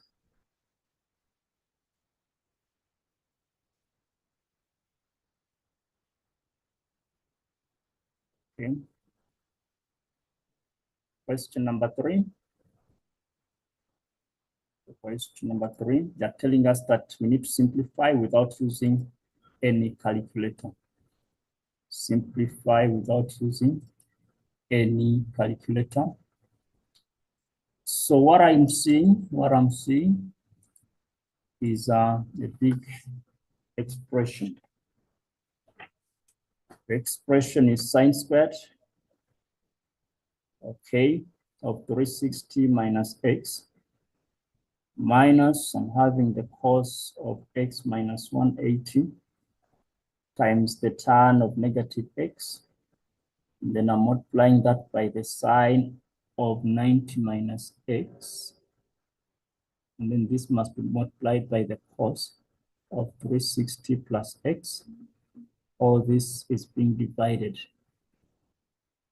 by the sine of 180 plus x. So guys, we need to apply our reduction formulas or reduction ratios within this question of 3.1. So what I'm seeing is that 360 minus x, maybe before we even start working out this, remember from our Cartesian, okay, we said we measure angles in the anti-clockwise direction. Those will be positive angles. And this quadrant is normally known as 90 minus theta. I will normally call it 360 plus theta or x. Then this is 90 plus theta, or sometimes we call it 180 minus theta. This quadrant is 180 plus theta. And then this quadrant is known as 360 minus theta. Remember that in the trig ratios here are all positive. It's only the sine, only the tan, and only the cos. Okay. Now, when you look at 360 minus x, in which quadrant we find 360 minus the reference angle? It's in quadrant number 4. So in quadrant number 4, the only trig ratio that is positive is cos, which means sine is going to be negative. So I'm going to have negative sine x, but then I'm squaring that. Minus, I go to the top part. So we know that the cos of x minus 180 is just the same as the cos of 180 minus x, just for the cos. For sine and tan, we need to factorize out the negative sign, but for cos, it doesn't matter. So 180 minus is in quadrant number 2. And in quadrant number 2, it's only the sign that is positive. So that's going to reduce to negative cos x. Okay. Then I move on to, I can put this in brackets. I go to the next one, the tan of negative x. I can take the negative out so that it's negative tan x. And then the sine of 90 minus, this is a complementary ratio. So this is going to give me a cos of x. And then cos of 360 plus, remember 360 plus is in quadrant 1. And in this quadrant, all the trig ratios are positive. So that's going to be cos x. When I divide by cos 180 plus is in quadrant number 3. So in this quadrant, it's only tan that is positive. So this is going to reduce to a negative sign. Okay, if that is true, then what do I see? I'm seeing that this is going to reduce to just a positive sine squared x. Okay, minus, I can change this to sine over cos if I want, but yes, I want. So then I'm still gonna keep that negative sign there, but I know that this negative and the negative will give me a positive. So cos x times sine x over cos x. And then I'm multiplying this and that. Let me just call it cos squared x and dividing it by the sine of x negative. Okay, then I'm seeing that I have common things. This can cancel that. This negative and negative can give us a positive, no problem, but this sign can also cancel that sign. It's not a problem. So I have sine squared x. We said negative and negative will give us a positive, and then that's going to be cos squared x. From our identities, we know that sine squared plus cos squared, we must get a 1. Therefore, our answer is a 1. That is 3.1. And that's how you get all the 8 marks. Now, remember, marks will be awarded usually to the reductions that you do. Okay, let's say for a negative course, you could get a mark. For this course, a mark. That would be a mark. This would also be a mark. These are already 4 marks. You could get probably a mark for the positive sine squared. Those are 5 marks, 3 marks to go. The expansion of sine over cos could also be another mark. Those are 6. The simplification here, we can make this a 7, and then the last answer could be the 8 marks. Then let's look at 3.2. Another mega question, 3.2. They are telling us that if beta is between negative 90 and 270. So remember, we said angles are measured to be positive in the anti-clockwise direction. Then if we follow the clockwise, then those will be negative angles. So if this is a 0, this is going to be negative 90. So in other words, we're looking at angles from this region, that same region. Okay, those are the angles we're focusing on for beta. So without a calculator, they want us to simplify this. Okay, so still we're going to apply our reductions, because this is a 45, this is a 405, a 300, and so on. But then in this case, we might need to use what we call the special angles. Okay. So what I'm going to see, I'm going to expand this, or I'll take out the negative first so that I'm just remaining with the sine 300. Cos 45 is just fine in this format. Then I need to see where I find this, and all right. So I'll have something like cos of beta plus 80 is equal to negative sine 300 times the cos of 45. And then I'm dividing this by the cos of 405. Now, when I apply my reductions, the question would be, where do I find 300 on Cartesian? So 300 is after 270, which means it's within quadrant number 4, where my reference or my reductions must be 369 or something. So that's going to be 360 minus an angle, give me 300 to be 60 degrees. Cos 45, we said we leave in it the way it is. And then where do we find 405? That is after 360, so probably in quadrant number 1. So that's going to be 360 plus, is it a 45? Yes. So 360 plus 45 must give me this. This is equal to the cos of beta plus 80. All right.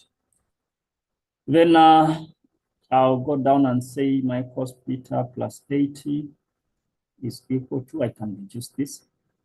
I know that 360 minus in the 4th quadrant, sine is negative, okay? So that's going to be negative and then negative sine of 60. Cos of 45 is going to stay the same. And then in the first quadrant, when I reduce this, I'll get a cos of 45. All right. Then, I don't know whether I'm making sense, but we move. So this is going to cancel that. This negative and negative, I'll get a positive sine 60. So I'll have the cos of beta plus 80. It's going to give me, what is it giving me? It's giving me the sine of 60. Remember, we don't have to use any calculators.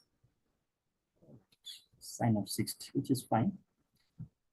Then, at this point, I need to find a way of expressing either cos in form of sine or sine in form of cos, whichever one would make sense for you. So I'll just replace this. So this is going to be a cos of beta plus 80. If I use the co-ratios for the complementary angles, I can use 90 minus 30 will give me 60. And then if I apply my cos, okay, so that's a cos of 90 minus 30.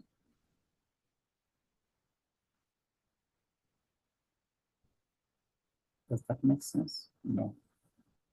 Not at all, not at all, not at all. It can't be a 30. It has to be a 60. Okay, so that I can end up with a sine of 60.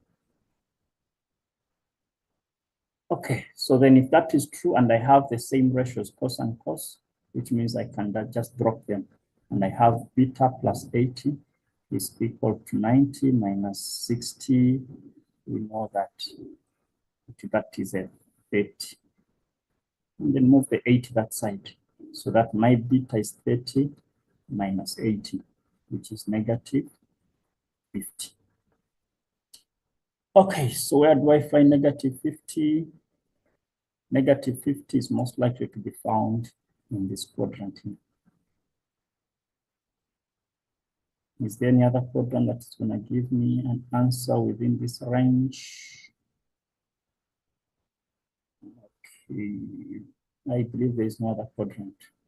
So I'll leave it at that, guys. 7 marks. I don't know, but I feel like I've done what is enough for 7 marks. Because we expanded this, we reduced it, then we introduced the co-ratios, and yeah. Guys, if there's any other approach or any other value of beta, please advise me. I'm moving on to 3.3. Determine the following, or the value of the following, still without a calculator. So still we can use our reductions in this case. This is sine 49, this is 41. When I look at 49 and 41, it gives me 90. I'm gonna use the complementary. So I can get the sine of 90 minus 41. Because 90 minus 41 gives me 49. Okay, I'm gonna divide it by the cos of 41. So guys, in this case, do not change both, just change one of them. So it's gonna make life much more easier. Okay, when I simplify the top part or when I reduce the top part, the cos sine. So this is a double angle, but it's a double angle of, not a double angle, it's a compound angle, sorry. It's a compound angle of sine. So if I call this my A, and then I call that my B, so I can reduce this to the sine of 85 plus 65. Okay, and I reduce this, simplify what is 85 plus 65, not times, plus, I'm getting 150. Okay, that's sine 150. Then we know that 150 can be found in quadrant number 2, where we have 180 minus. Okay. So sine of 150,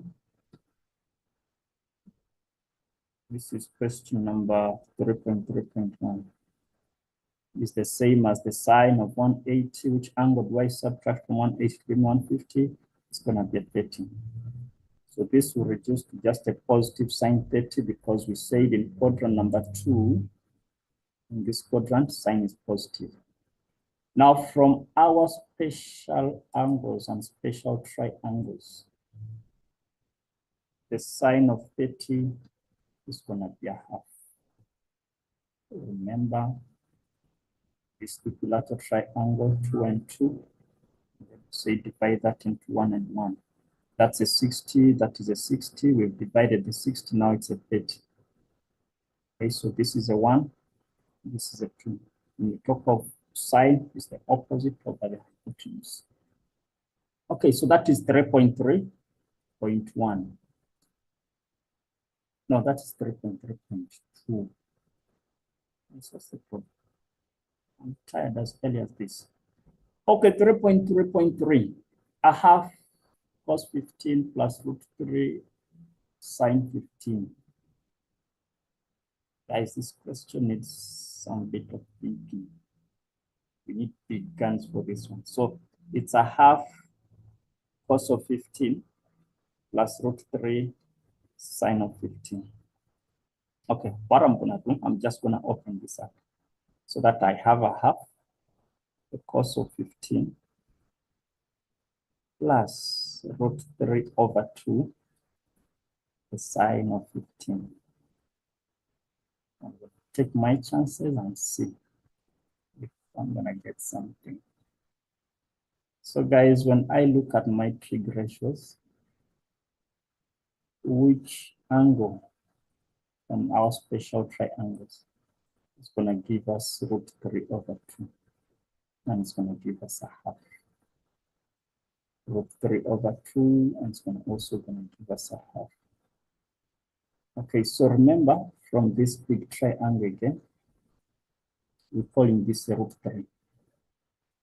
Okay, if this is a root 3, I know that root 3 over 2, which must also be the same as a half.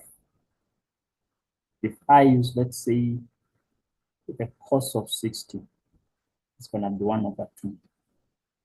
Okay, and then when I look at the sine of 60, it's going to give me root 3 over 2.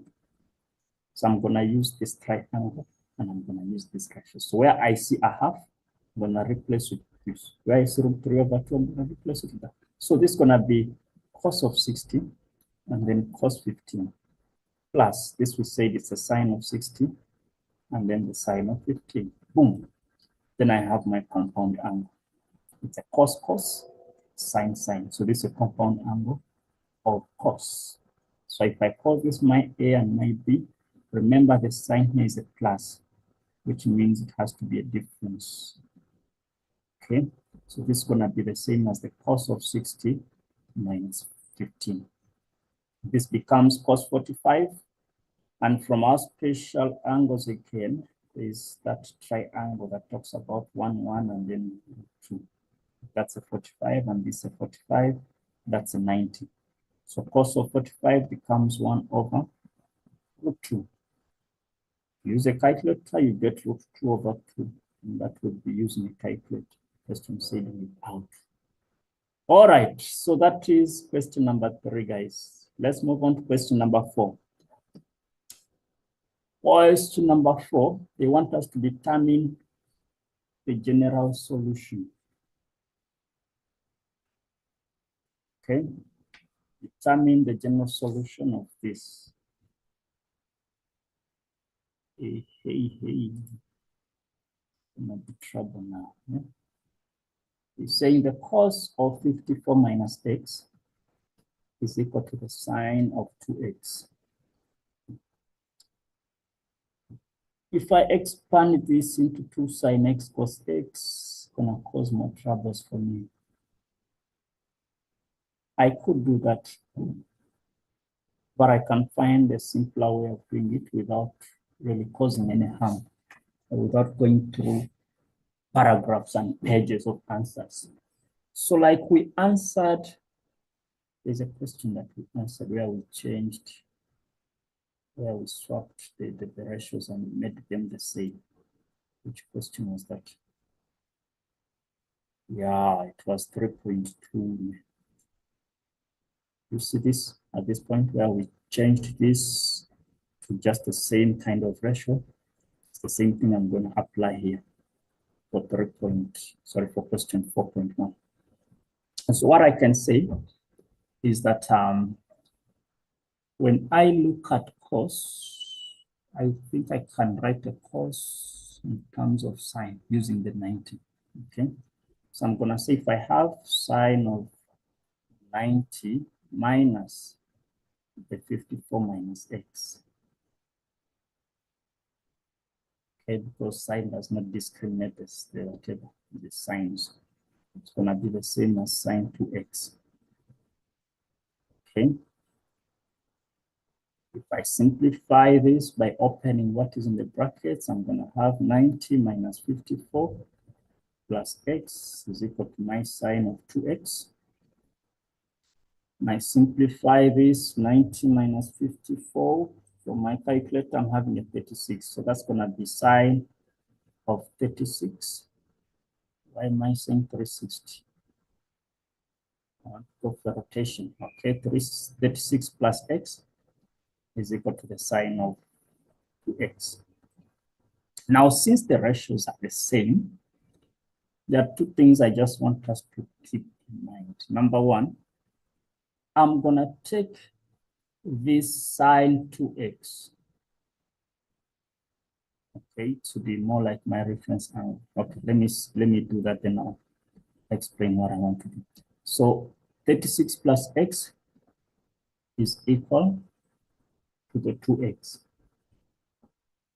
Okay. Then what I'm going to do, I'm going to take this to be positive, yeah? And then I'm going to solve for x in this case. Does that make sense? Which means I'm going to move the x this side so that my x is equal to 36 plus my k times 360. K is an element of integers. Okay, these are degrees. This is going to be my first solution.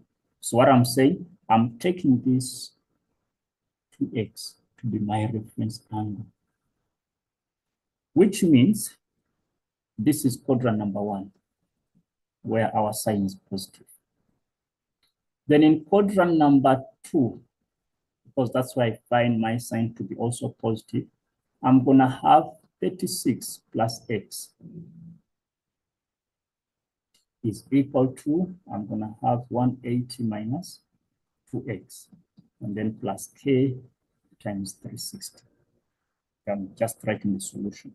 Just from here, if this is my reference angle, then I'll have my 180 minus theta in quadrant number 2, where my theta is 2x. I can't use 36. Can I use it? I can, no problem. I can use 36, but it's going to cause me troubles. So I would rather stick to the 2x here. Then I need to isolate everything. So I'm going to move the 2x this side. I'm going to move the 36 that side. So it's going to be x plus 2x is equal to 180 minus 36 plus k times 360. Now remember, when you're doing addition, switching, or subtraction, it's only the reference angle that is affected. This other element is not affected with addition and subtraction. So this is going to be 3x is equal to 180 minus 36. I'm ending up with 144. And then I'm plusing k times 360, and then I can divide through by x by 3, not by x. Okay, so divide by 3 by 3, and now the division affects that last part. So x is equal to 144 divided by 3 is I'm getting 48. plus k times 120. K is an element of integers. So guys, that's my first solution. And then that was also my other solution. So that's how I would have approached question 4.1. Okay, because it's not a usual general solution question, but it happens. Ne? It's not in the normal, it's a new normal. All right, 4.2. 4.2, they're telling us that if 13 sine of x plus 5 is equal to 0, where our x is between 0 and 270, determine without use of a calculator the value of sine 2x. So in this case, normally they will tell you with the aid of a diagram. Okay, in this case, they never said that, but it's 5 months. So guys, without a calculator, so don't be tempted to find the value of x using the arc sign and what. It's going to cause trouble. So with such questions, we are advising you to draw up a sketch. Okay, so 13 sine x, they said plus 5 is equal to 0. So step number 1, isolate this trig ratio. Move the 5 that side so that I have sine x is equal to negative 5 over 13. Move the 5 and then divide by 13. So if that is true, remember they're telling us that our x must be between 0 and 270. So when you're drawing your sketch, we need to also align it in the correct quadrant. So they said between quadrant 1, quadrant 2, and quadrant number 3. So from our simplified ratio, we see that the sign is negative. So this sign just helps us in identifying the quadrant. So we know that in quadrant 1, sign is positive. Quadrant 2, sign is positive. So the only quadrant that is left to focus on is quadrant number 3, where the sign is negative. Okay, so I'll draw my triangle in this sort of format.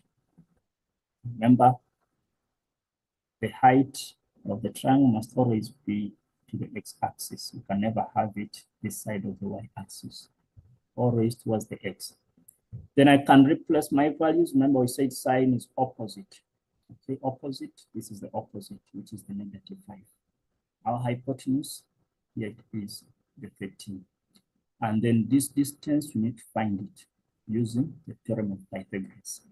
So r squared is equal to x squared plus y squared. We're looking for x. So which means it's going to be the square root of 13 squared minus 5 squared. Okay, so square root of 169 minus 25, which is a 12. Now, when you look at the square root of any answer, we always tell you it's a plus or minus 12. Now, this is where it plays out. When you look at this distance or this length, it's on the negative side of the x. So we shall label it as negative 12. And then this whole angle will be x, or even just this part inside alone. Now, this is our sketch or our diagram that we're going to use to answer the question that they need. Question is asking us to find the sine of 2x. So we know that sine 2x can be simplified as 2 sine x cos x. That's an identity. Then we're going to say 2 times. We know that the sine of x is this. So negative 5 over 13.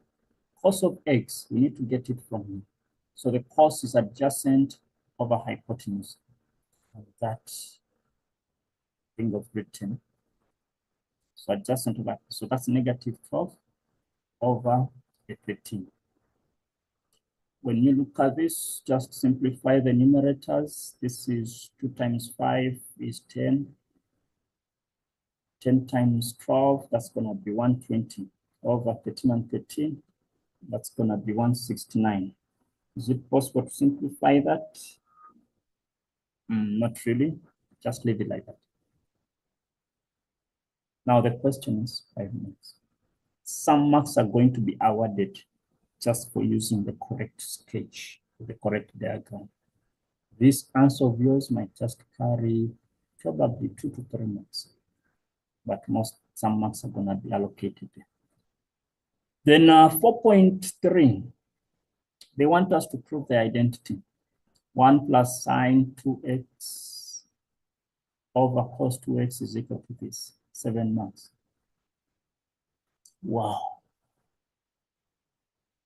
I don't know. Looks, the marks are scary. Eh? Feels like, no, it's a huge question. Let's see. Let's hope we get the answer. Because such questions are a headache. Eh? You're given the question, and then you're also given the answer. So if you fail to get it, you know that, oh, those marks are gone. So in this case, remember, when you're proving such questions, it's your choice to start with any side and move towards the other side. So I'm gonna start from the right-hand side. I don't know, for this particular question, because I see this, I feel it will be much more easier to work with this and move towards the left-hand side. So I'm gonna say my right-hand side, I have cos x plus the sine x over cos x minus sine x. So what I'm going to do, I'm going to multiply by the opposite of this. So I'll say cos x plus sine x over cos x plus sine x. Now, the reason as to why I'm using the same bracket is because if I cancel it, I'm going back to the original thing. So I'm introducing something just to help me out in simplifying the question. Okay, so that is in brackets. So when I open this up using my FOIL, cos and cos is going to give me cos squared x. Cos and sine, I'm going to get cos x sine x. And then I'm going to have another cos x sine x.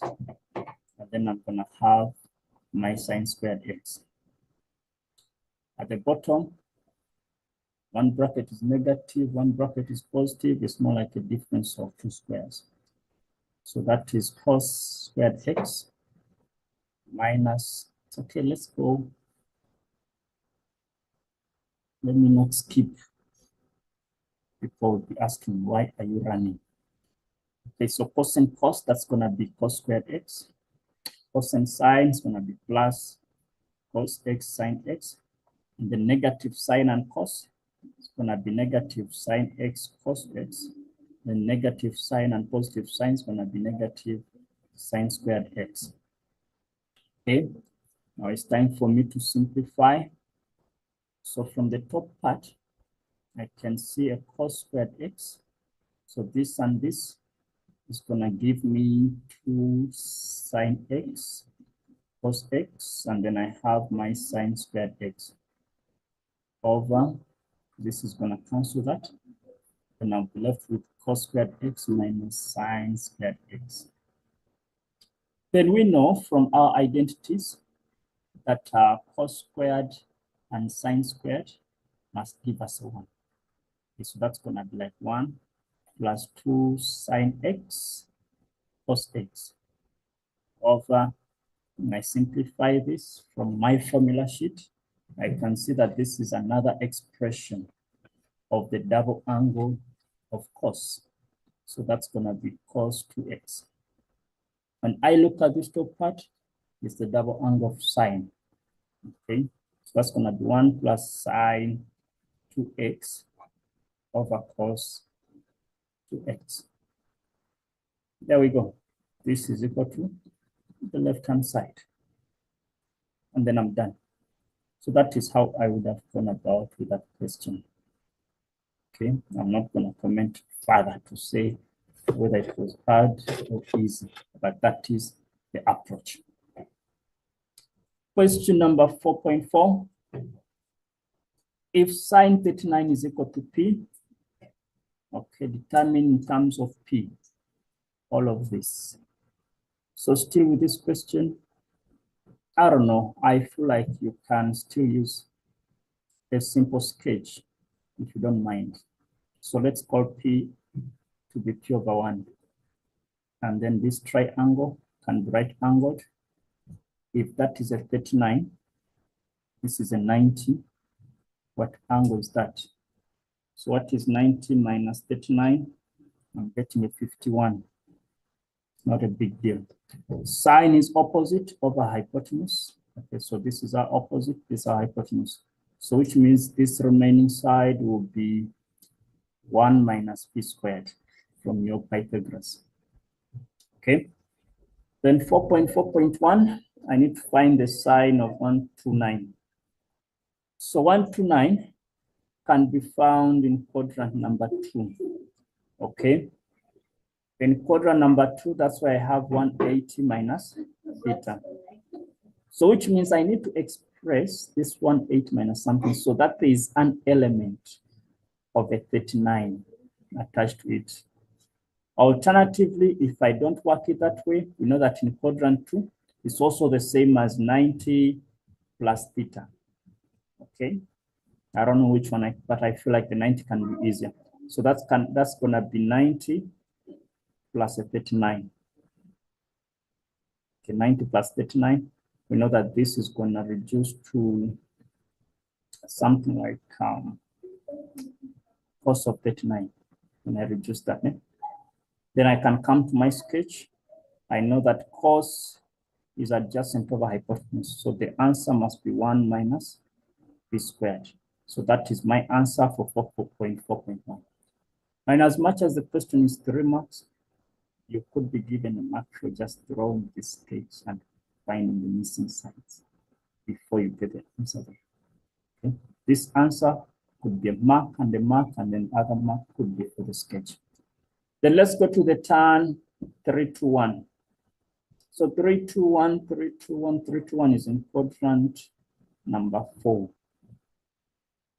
Quadrant number 4 is the same as 360 minus something. Okay, what is 360 minus 321? That's a 39. Okay, 360 minus 39, I'll get my 321. And in quadrant number 4, we know that tan is negative. So this is going to be negative tan 39. And then I'll have to apply the ratios from that triangle. That's a negative. We know that tan is opposite over adjacent. So it's going to be negative p over square root of 1 minus p squared. So that is going to be my answer. Then 4.4.3, sine of 7.8. So how does 7.8, because 7.8 is an acute angle, how does it relate with the 39? Is it a multiple? Is it a vector? I mean, what's going on there?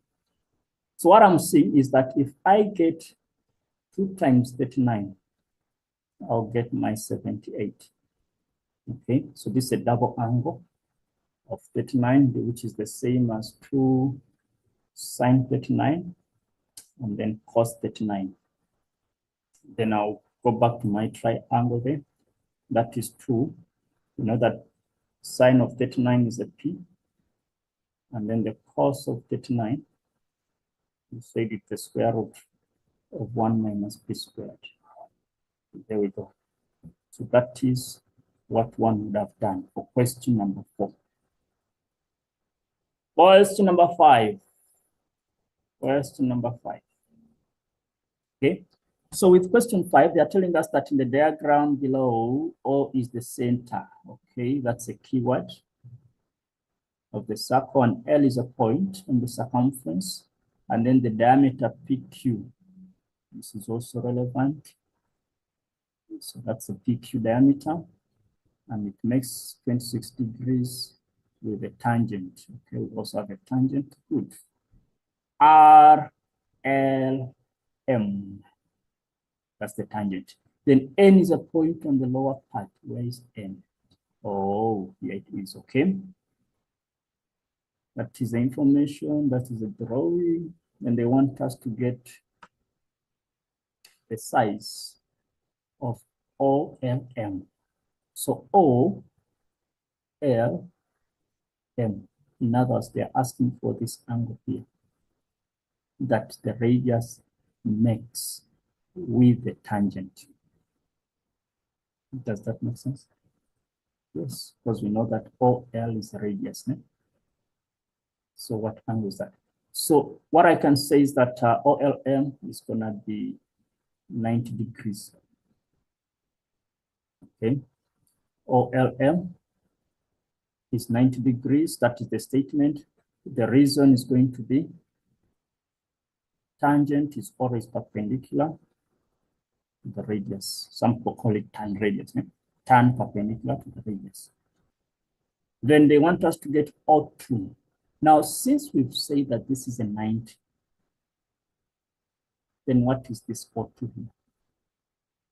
So from the triangle LOM, okay, so it will be 90 plus 26 plus O2 must give you 180. Oh, since you know that this is a 90, then these other two must also give you a 90. So it's as good as someone saying 90 minus 26. So our 90 minus 26 is 64. So which means O2 is 64 degrees. You can say angles in triangle OLM or LOL in whichever format. Okay, so that is the explanation. Then they want us to get P. What's happening with P? It's a different.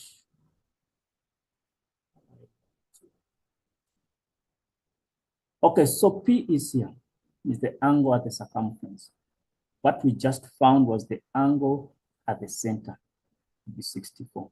So what normally happens that these questions are structured in a way that whatever you get in the previous question must always guide you towards answering what is coming down, okay? So if this is a 64, we can see, okay, I don't know if people can see that the same segment or the same chord that is creating 64 is the same chord that is creating this. Just that O2 is at the center, P is at the circumference. So we apply angles at the center. Must be twice angles at the circumference. So since we have the angle at the center 64, which means P must be a half of 64. So which means P is going to be 32 degrees. The reason angle at the center is equal to twice angle at the circumference. Okay, so that is P, which is a 32. Then they want us to get Q1. Q1. How many marks? Which is 3 marks. Q1, Q1, Q1. Does it make sense? It can make sense. Let's see. Let me change this to a green. Okay, this is the angle that they want. All right, shouldn't be a problem. So I'm going to say from LOQ. Okay, from LOQ. If I focus on this triangle, okay, I know that this side must be the same as this side, which is radii. Okay, so I'm going to say OL is the same as OL is the same as OQ. The reason radii, and if that is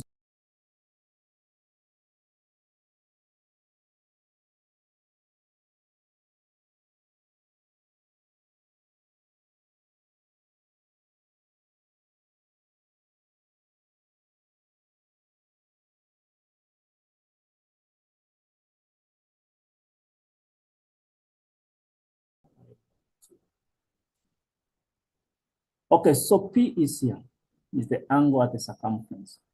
What we just found was the angle at the center, the 64. So what normally happens that these questions are structured in a way that whatever you get in the previous question must always guide you towards answering what is coming down, okay? So if this is a 64, we can see, okay, I don't know if people can see that the same segment or the same code that is creating 64 is the same code that is creating this. Just that all 2 is at the center, P is at the circumference. So we apply angles at the center. Must be twice angles at the circumference. So since we have the angle at the center 64, which means P must be a half of 64. So which means P is going to be 32 degrees. The reason angle at the center is equal to twice angle at the circumference. Okay, so that is P, which is a 32. Then they want us to get Q1. Q1. How many marks? Which is 3 marks. Q1, Q1, Q1. Does it make sense? It can make sense. Let's see. Let me change this to a green. Okay, this is the angle that they want. All right, shouldn't be a problem. So I'm going to say from L or Q.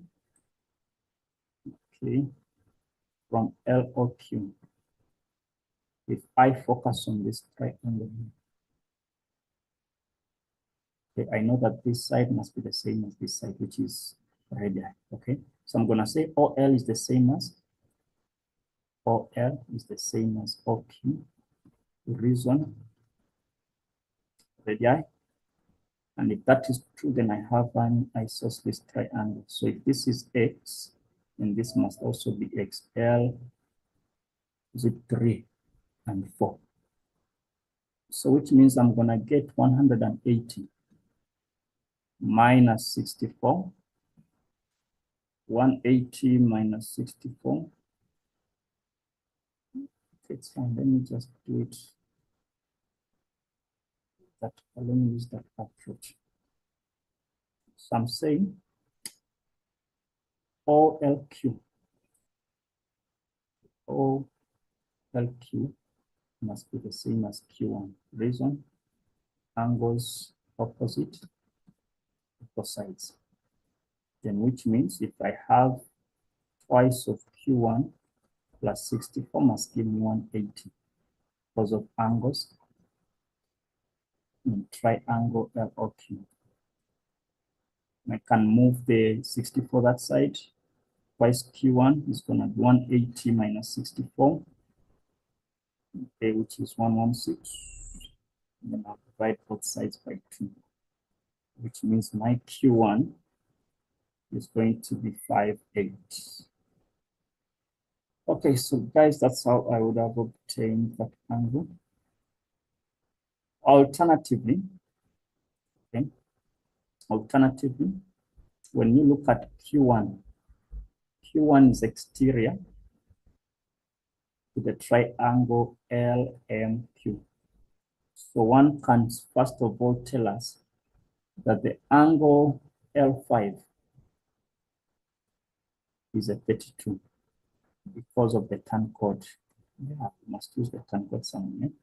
If this is a 32, then Q1 must be 32 plus the 26, which must also give us 48 degrees.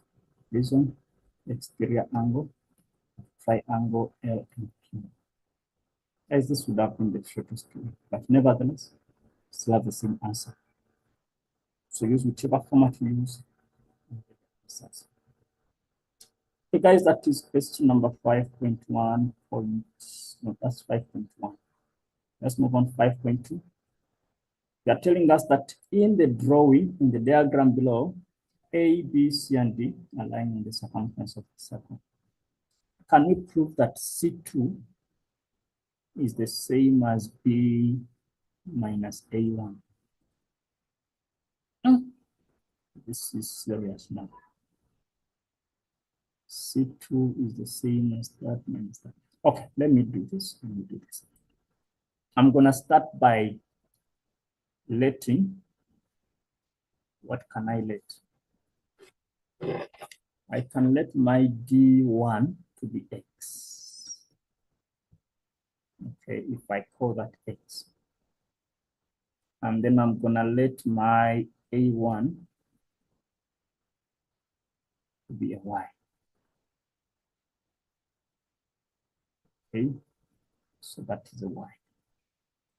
Then what I know is that ABCD is a cyclic quadrilateral, okay? Which means that B is gonna be the same as X.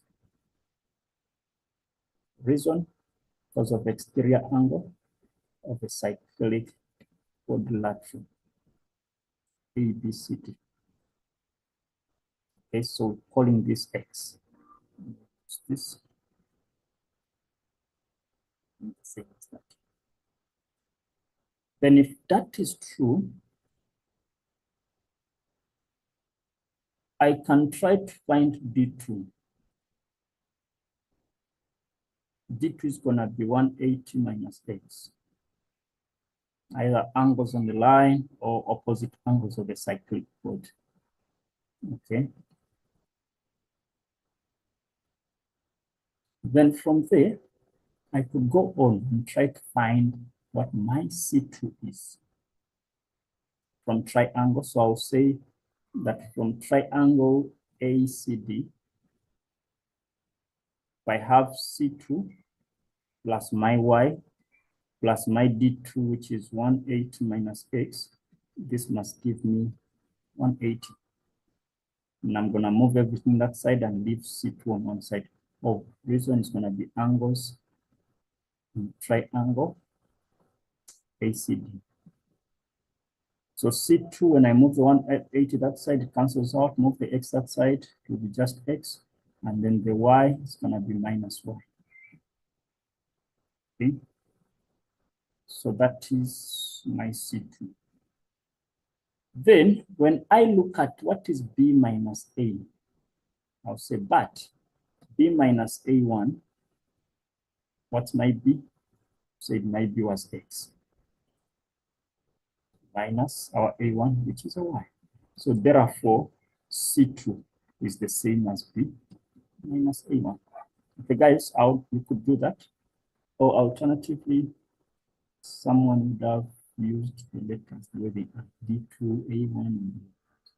I find this much more simpler, much more easy.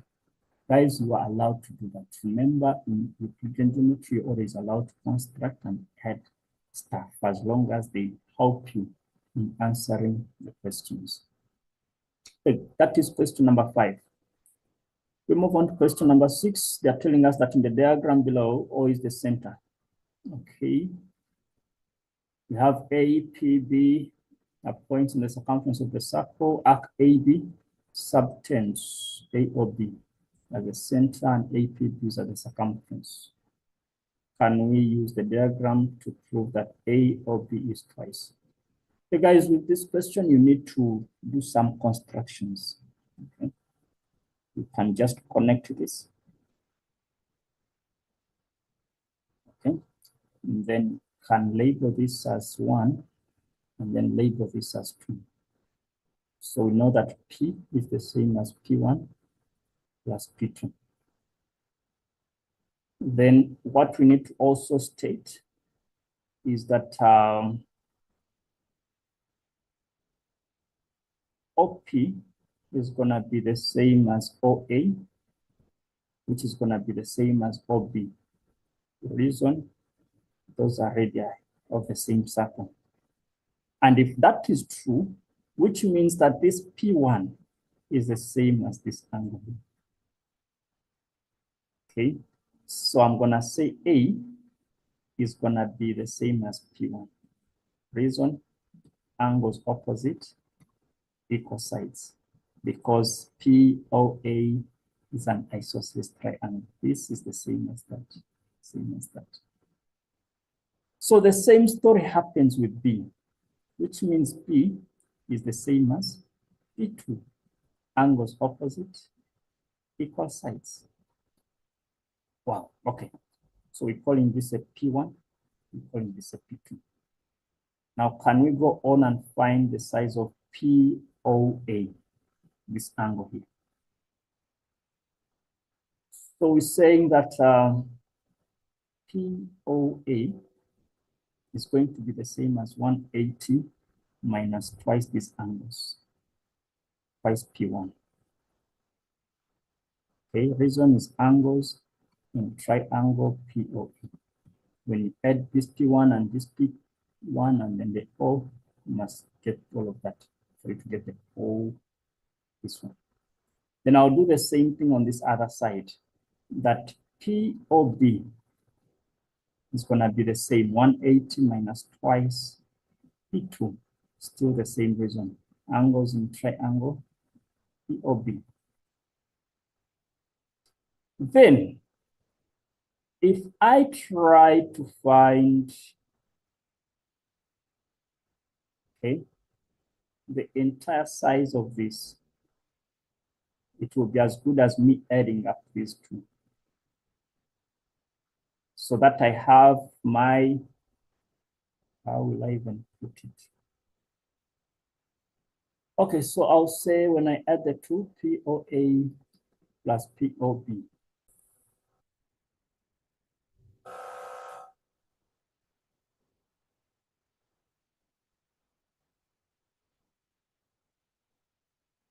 Okay, minus 2P1 and then minus 2P2.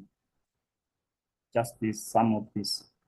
And then for me to get my A or B, okay, A or B is going to be 360 minus whatever I got here. This is 360 minus 2P1 minus 2P2. Reason is going to be, it's a revolution, or angles at a point. Must add up to 360. So this plus what I got must give me 360. Open that. I'm going to have 360 minus 360 plus, and then a plus. So I'll factor out the two, P1 plus P2. So 360 and 360 will die out, and then I'll be left with twice P1 and P2. And remember what we said in the first statement, that P is the same as P1 plus P2. So therefore, A or B is twice P. But we know that P, and say that A or B is twice APB. Just leave it like that. So guys, that's how the proof could be done. Okay. There could be other simpler ways of doing it, but this is what I feel comfortable with. Then 6.2. In the diagram below, F is the center, okay, of the center, and AC is the diameter, right? AC is produced to K such that B1 and B2 is 122 and K is 26. All right. Can we show that BK is a tangent? So for us to show that BK is a tangent, number one, we don't have any radius around. We need to apply the term coordinate. So if I can prove that B2 is the same as A, then that is enough for me to make this BK a tangent. So what I can start with, I'll have to find the size of what?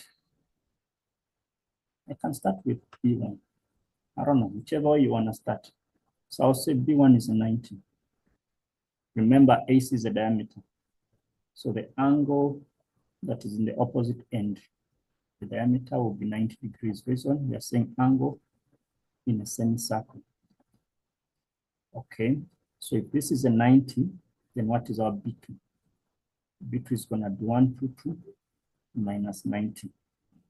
So B2 is a 32 degree complementary angles. Not complementary as such, but the remaining part. So we're saying this is a 32. Then I can say that from triangle, which triangle? ABK. From triangle ABK, I can look for the missing angle A using the angles in the triangle. So what I'm saying is I'm I'll have A plus 122 plus the 26. You must give me 180 degrees. Angles in triangle ABK. Okay, so if that is true, then my A is going to be 180 minus. Remember, I'm looking at this entire angle. I'm looking at this entire angle. So this triangle is what I'm focusing on. So what is 122? That's going to be 148. So 180 minus 148, I'm getting a 32 perfect. So remember what we said, if A is the same as this B2, then it's a term chord. So therefore, BK is a tangent. We can say since A is the same as B2, which is equal to 32, therefore BK is a tangent. And the reason is going to be the converse of the term chord. Or you can just tell us the term chord. Converse of the term chord. Okay, that is question number 6. Question number 7. Telling us in the diagram or in triangle ABC below, D here points on ABs respectively such that D is parallel. Okay, can we prove the theorem that states that AD over BB same as that over that? So still, even in this question, guys, we need to do some bit of construction. Okay, so you can always extend this so that it's a perpendicular. You construct this so that that is also perpendicular. And then you also have to draw lines to connect B and E. Then you also need to connect C and D. Now, after doing that, we can label this to be a K and then this to be H. The height H and then the height K. Then what I can do is that I can find the ratio of the area of ADE over the area of DEB. Okay, we know that area is normally given as a half. My base is going to be the AD. Okay, so we're talking about ADE. Okay, so I'm focusing on this height, which is K. And then DEB. So the same triangle having the same height. So it's going to be a half. I'm going to take this to be my base, which is DB, but with the same height, which is K. So the K and the K will cancel, a half and a half will cancel, which means AD is going to be DB. So the rest is AD over DB. Then I'll move on and talk about the area of ADE. Okay, divided by the area of DEC. Talking about ADE again, but this time around we're talking about DEC this side. So I'm saying a half, instead of using the AD, I'm going to focus on the AE. AE times my height in this case, which is H. Over half, in this case, the same height H, but with the distance EC. So EC times H. H cancels, a half cancels. So I have AE over BC. But one thing we know is that the area of DEB is the same as the area of DEC. Let me just highlight this separately. Okay, so it's saying the area of DEB. Okay, the area here must be the same as DEC. The area of this side. That's what we say. So which means if we get the area of ADE over the area of DEB initially, ADE, DE must give us the same ratios as area of ADE over the area of DEC. Okay, then I can just equate the two ratios. So AD over DB is equal to AE over EC. So guys, that's what they wanted us to prove. So what we mark usually will be the constructions you make, the labeling, and how you break that down. 7.2. In the triangle DXZ, AC is parallel to this, BP is parallel to that, and it's drawn the intersect AC at B. Okay.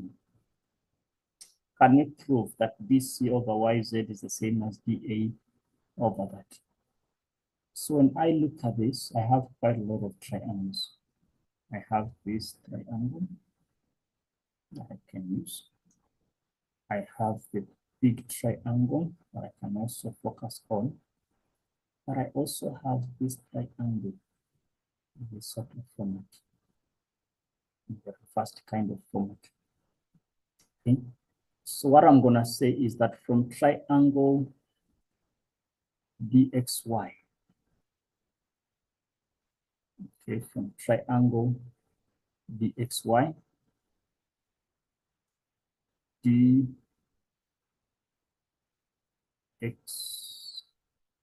and then Y. This is our focus.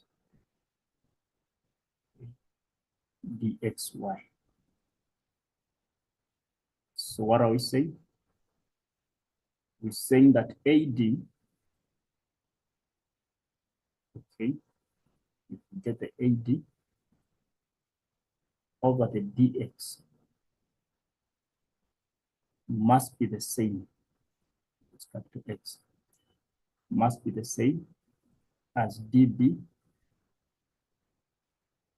over the DY. The reason is going to be proportionality theorem, because AC is parallel to XZ. Proportionality theorem because of that, okay? Then if that is true, then I can look for another triangle, which is DYZ, the one that I was looking at initially. So from that triangle DYZ, I can see that BY, what should I use?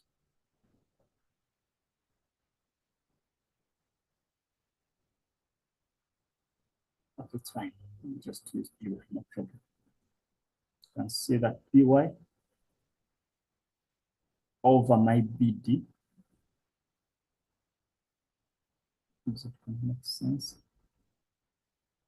BY over BD.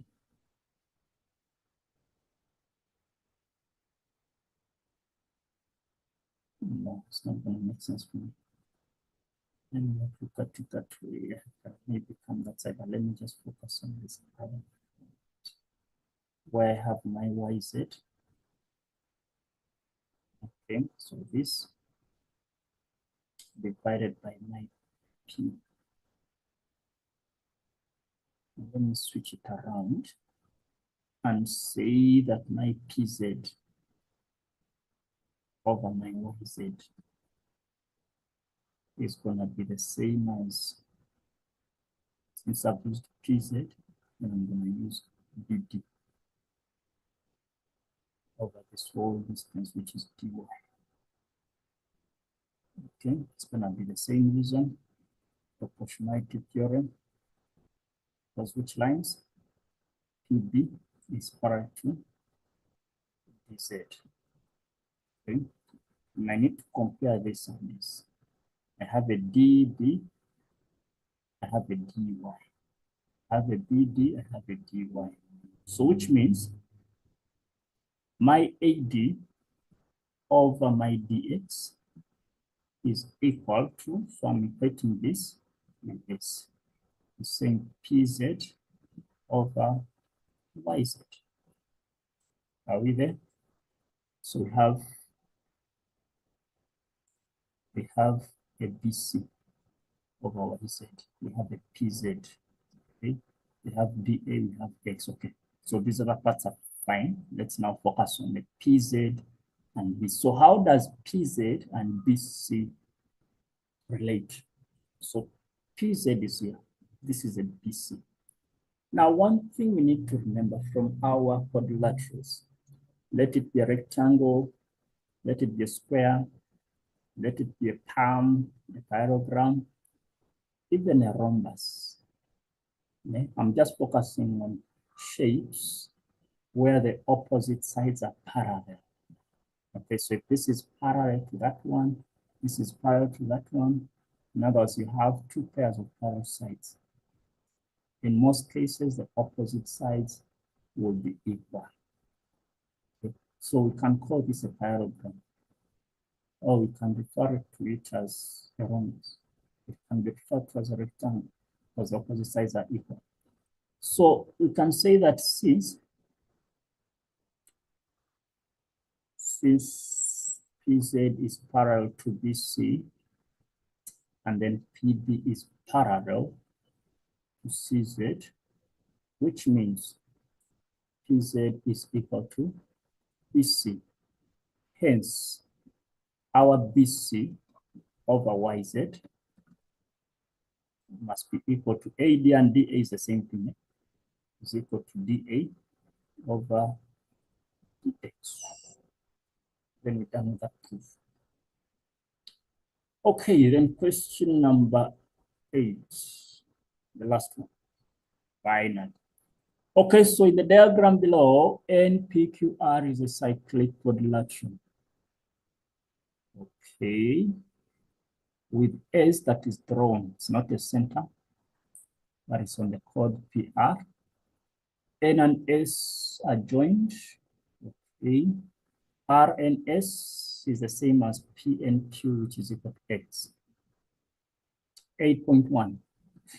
They want us to prove that NSR is the same as NPQ. This is NSR.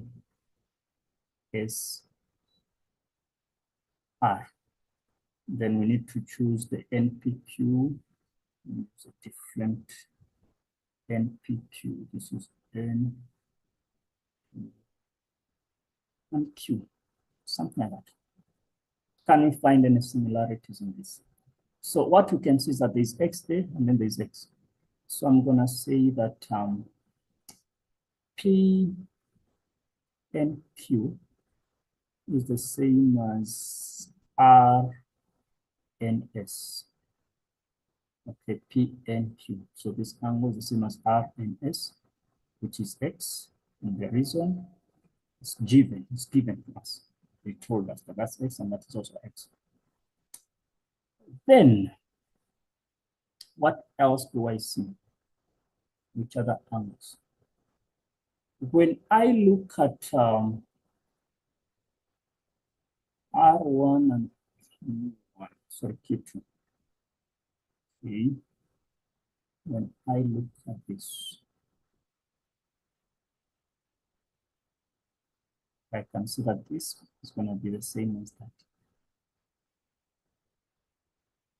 So say Q2 is the same as R1. Reason, angles in the same segment.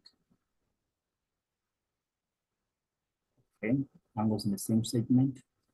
And then automatically we can say that P is the same as S1. And then that is remaining angles of the triangle. So now we have three facts. Remember, these three lines represent, or they represent similarity. And for similarity, normally look at the angles of the sides being in proportion.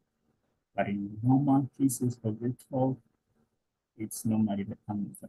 So we're gonna say, therefore, NSR is similar to NPQ. because we looked at the angles. So angle, angle, angle.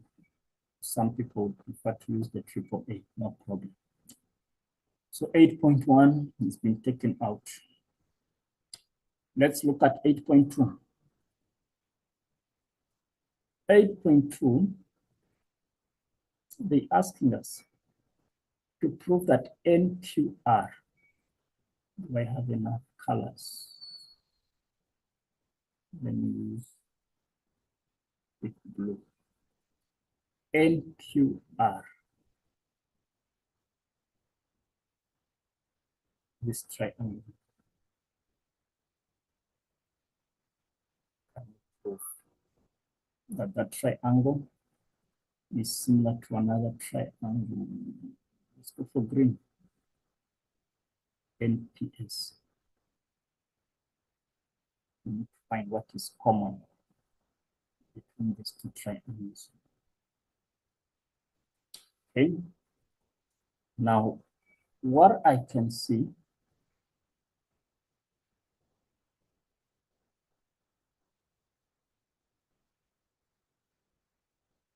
let me just do it again.